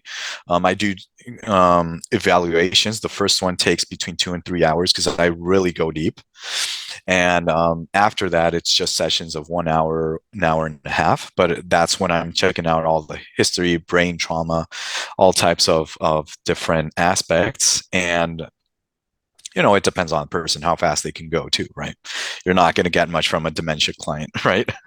That can't even remember. They're just stop and talk and keep on going, and you can't land them. So yeah, that's the way I'm doing it. They just contact me via my webpage or my personal contact information that usually is given out by people, by practitioners or doctors in clinics. That's how I'm doing it right now. And yeah, like you said, yeah, you're not going to get rich off of vitamins or minerals. And however, it is sustainable. And if you want to really be clean from having this motivation of selling and really going to, getting the word out there and helping them out, well, it usually has to be more your money, right? So you don't have that pull from anywhere else. True. So Phoenix-program.com. I'm going to put that in the description, of course. I'm going to put your Instagram in the description. Are you active on Facebook or any other platform? I just use Instagram, but I'm not really using it for people sometimes contact me there, but I'm really just using the web page and my personal contact information. I'm probably going to work on social networking, all that aspect for this commercial aspect, but it's still not there yet. It's going to probably maybe 6 months from now. But for now, just web page, contact information. They can look me up on Instagram, and I can just so they can set up a session. Yeah, cool. Yeah, you haven't branded yourself, and honestly, I respect that. I've gotten sick of this internet world, the whole crushing it thing. I'm so grateful for the internet for what it is and providing our lifestyle, but Yeah, I don't want to brand myself either, to be honest. It's pretty lame. Yeah. On Yeah, that note, do I have your permission to use this video to make clips for Instagram with your contact on it as well? sure, use it. I mean, that's what we were doing, right? That's what we were here for. So Well, yeah, it's those awesome are what you've been very, doing. they're very, very effective, those clips. Because, 10,000 people on the low end or, 100, 600,000 people on the high end could see that one clip and it could make all the difference. And for us, certainly we rely on it. We still rely on those Instagram clips to drive all the traffic. So, yeah, hopefully we can drive some people your way. And Yanik, I really appreciate you sitting here with me. You haven't squirmed at all. We haven't taken a break at all. It's been almost 3 hours here. I'll tell you, I'm getting a bit antsy because I turn my heat down when I do these podcasts. Sometimes I turn it all the way off, but yeah, it's full blown winter up here right now, so I'm cold at this point. I want to warm my house back up just because it makes noise. Hey, my computer, it's situated beside the vent, so when the vent's on, it can really disrupt the recording. So I make it cold in here, and yeah, now I'm cold. It's been 3 hours. The house is cold.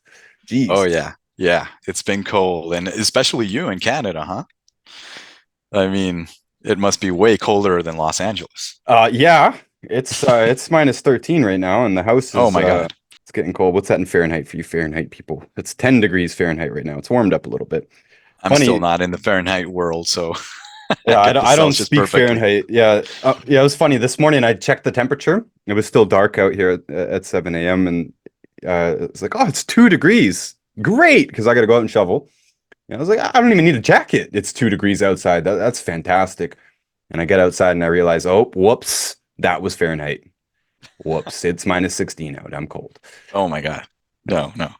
Oh, now that you mention it, you know, it would be, I don't know, right now that it's so cold for people to really get that, a lot of the ways they feel and they also get more munchies and everything has to do with it, In you the know? cold, yeah, we eat more carbs and less vitamin D and all that. Well, yeah, I mean, just think about it. I mean, you're spiking, you have to move more to keep warm, right? And then you need more food I mean, there's a reason also why people start feeling that way and there's less sunlight. So if you're trying to stay up longer, there's going to be a cost for it, right? But anyways, yeah, I just now that you mentioned it, it's anyone listening to this, it's like they're still on time to take care of that part. Like, okay, so take it easy, right? It's not a good time really to be doing so much. You know, just No, we're lay back. supposed to It's fine. hibernate. These stories of these primitive people, in the Hunza Mountains or Lake Titicaca, high elevation and stuff, where yeah, winter they're not doing much. They're hibernating all together as a family in like a one room building sort of thing. Yeah, They're taking it easy. And yeah, the sun, you're supposed to, I guess, just to sort of fold into what we were talking about earlier, you're supposed to wake up to the light, and that light is supposed to stimulate your pituitary to wake up, basically, give you your wake up hormones, and then later on, you're supposed to get less light stimulation so that it causes your pineal gland to release the melatonin for you to get tired. But yeah, up here in the winter, when the sun doesn't come up until 8 o'clock, and it goes down at like 4 o'clock p.m. Yeah, you're not supposed to be up at 6 to 8 p.m. or something like that. You're supposed to have a longer time in bed, a longer rest. I think, at least, if you're going with the natural cycle. it It's just hard for makes me to sense, stay up doesn't here. it? Yeah, in the I winter, mean, yeah, I look outside 4:30. It's dark out. I'm like, I'm tired. It's 4:30 in the afternoon. I could go to bed right now. To be honest. oh, and the time savings thing. It's just so ridiculous. You know, why would they move it and screw up all your rhythm? But anyways, yeah, that'll be like for other topics. Yeah, we could definitely do this again one time. I appreciate this conversation. I still got a bunch of stuff written down that we could have gone into that I'm interested in, like skin antioxidants, absorbing antioxidants through the skin, and yeah, other stuff. We're gonna leave it. I'll invite you back. Don't worry. All right. Yeah, it was really illustrating in certain aspects some things that you talked about, which I didn't know, and at the same time, I mean, I'm just grateful, you know, because I think this is the way that people really listen more. And even us, you know, because it's like not like there's a ton of us, you know, really going into this and going out there. So it's always, it's always nice to see that. And so thank you very much, Ryan. And hopefully, we'll get to talk about, a lot more and keep on going at it, Absolutely. And yeah, people do tend to listen to the entire thing. That's why one of the reasons I'm putting so much effort into podcast as opposed to like YouTube. Putting aside the fact that we're demonetized on YouTube and they don't want health information out there and all that, you got to censor everything and whatever. Nonetheless, still nobody watches the whole video. Like even on the best analytics, like Mr. Beast, people are like, oh my gosh, he actually got people to watch the whole video. That's why everyone's so impressed by him. Wow. He got people to watch the whole video. Whereas on podcast, most listeners will indeed listen to the entire thing. So it's a cool platform. They usually do digest the whole thing. It is a great learning experience, I think. Very fond of the audio platform. Besides books, I think these long form audios are definitely the best way to get in detailed information to really understand something or unpack something, as they say. I hate that phrase, but it applies. Or hell, unlearn some things. Why not? Yeah. All right, Yanik, let me sign out here quick.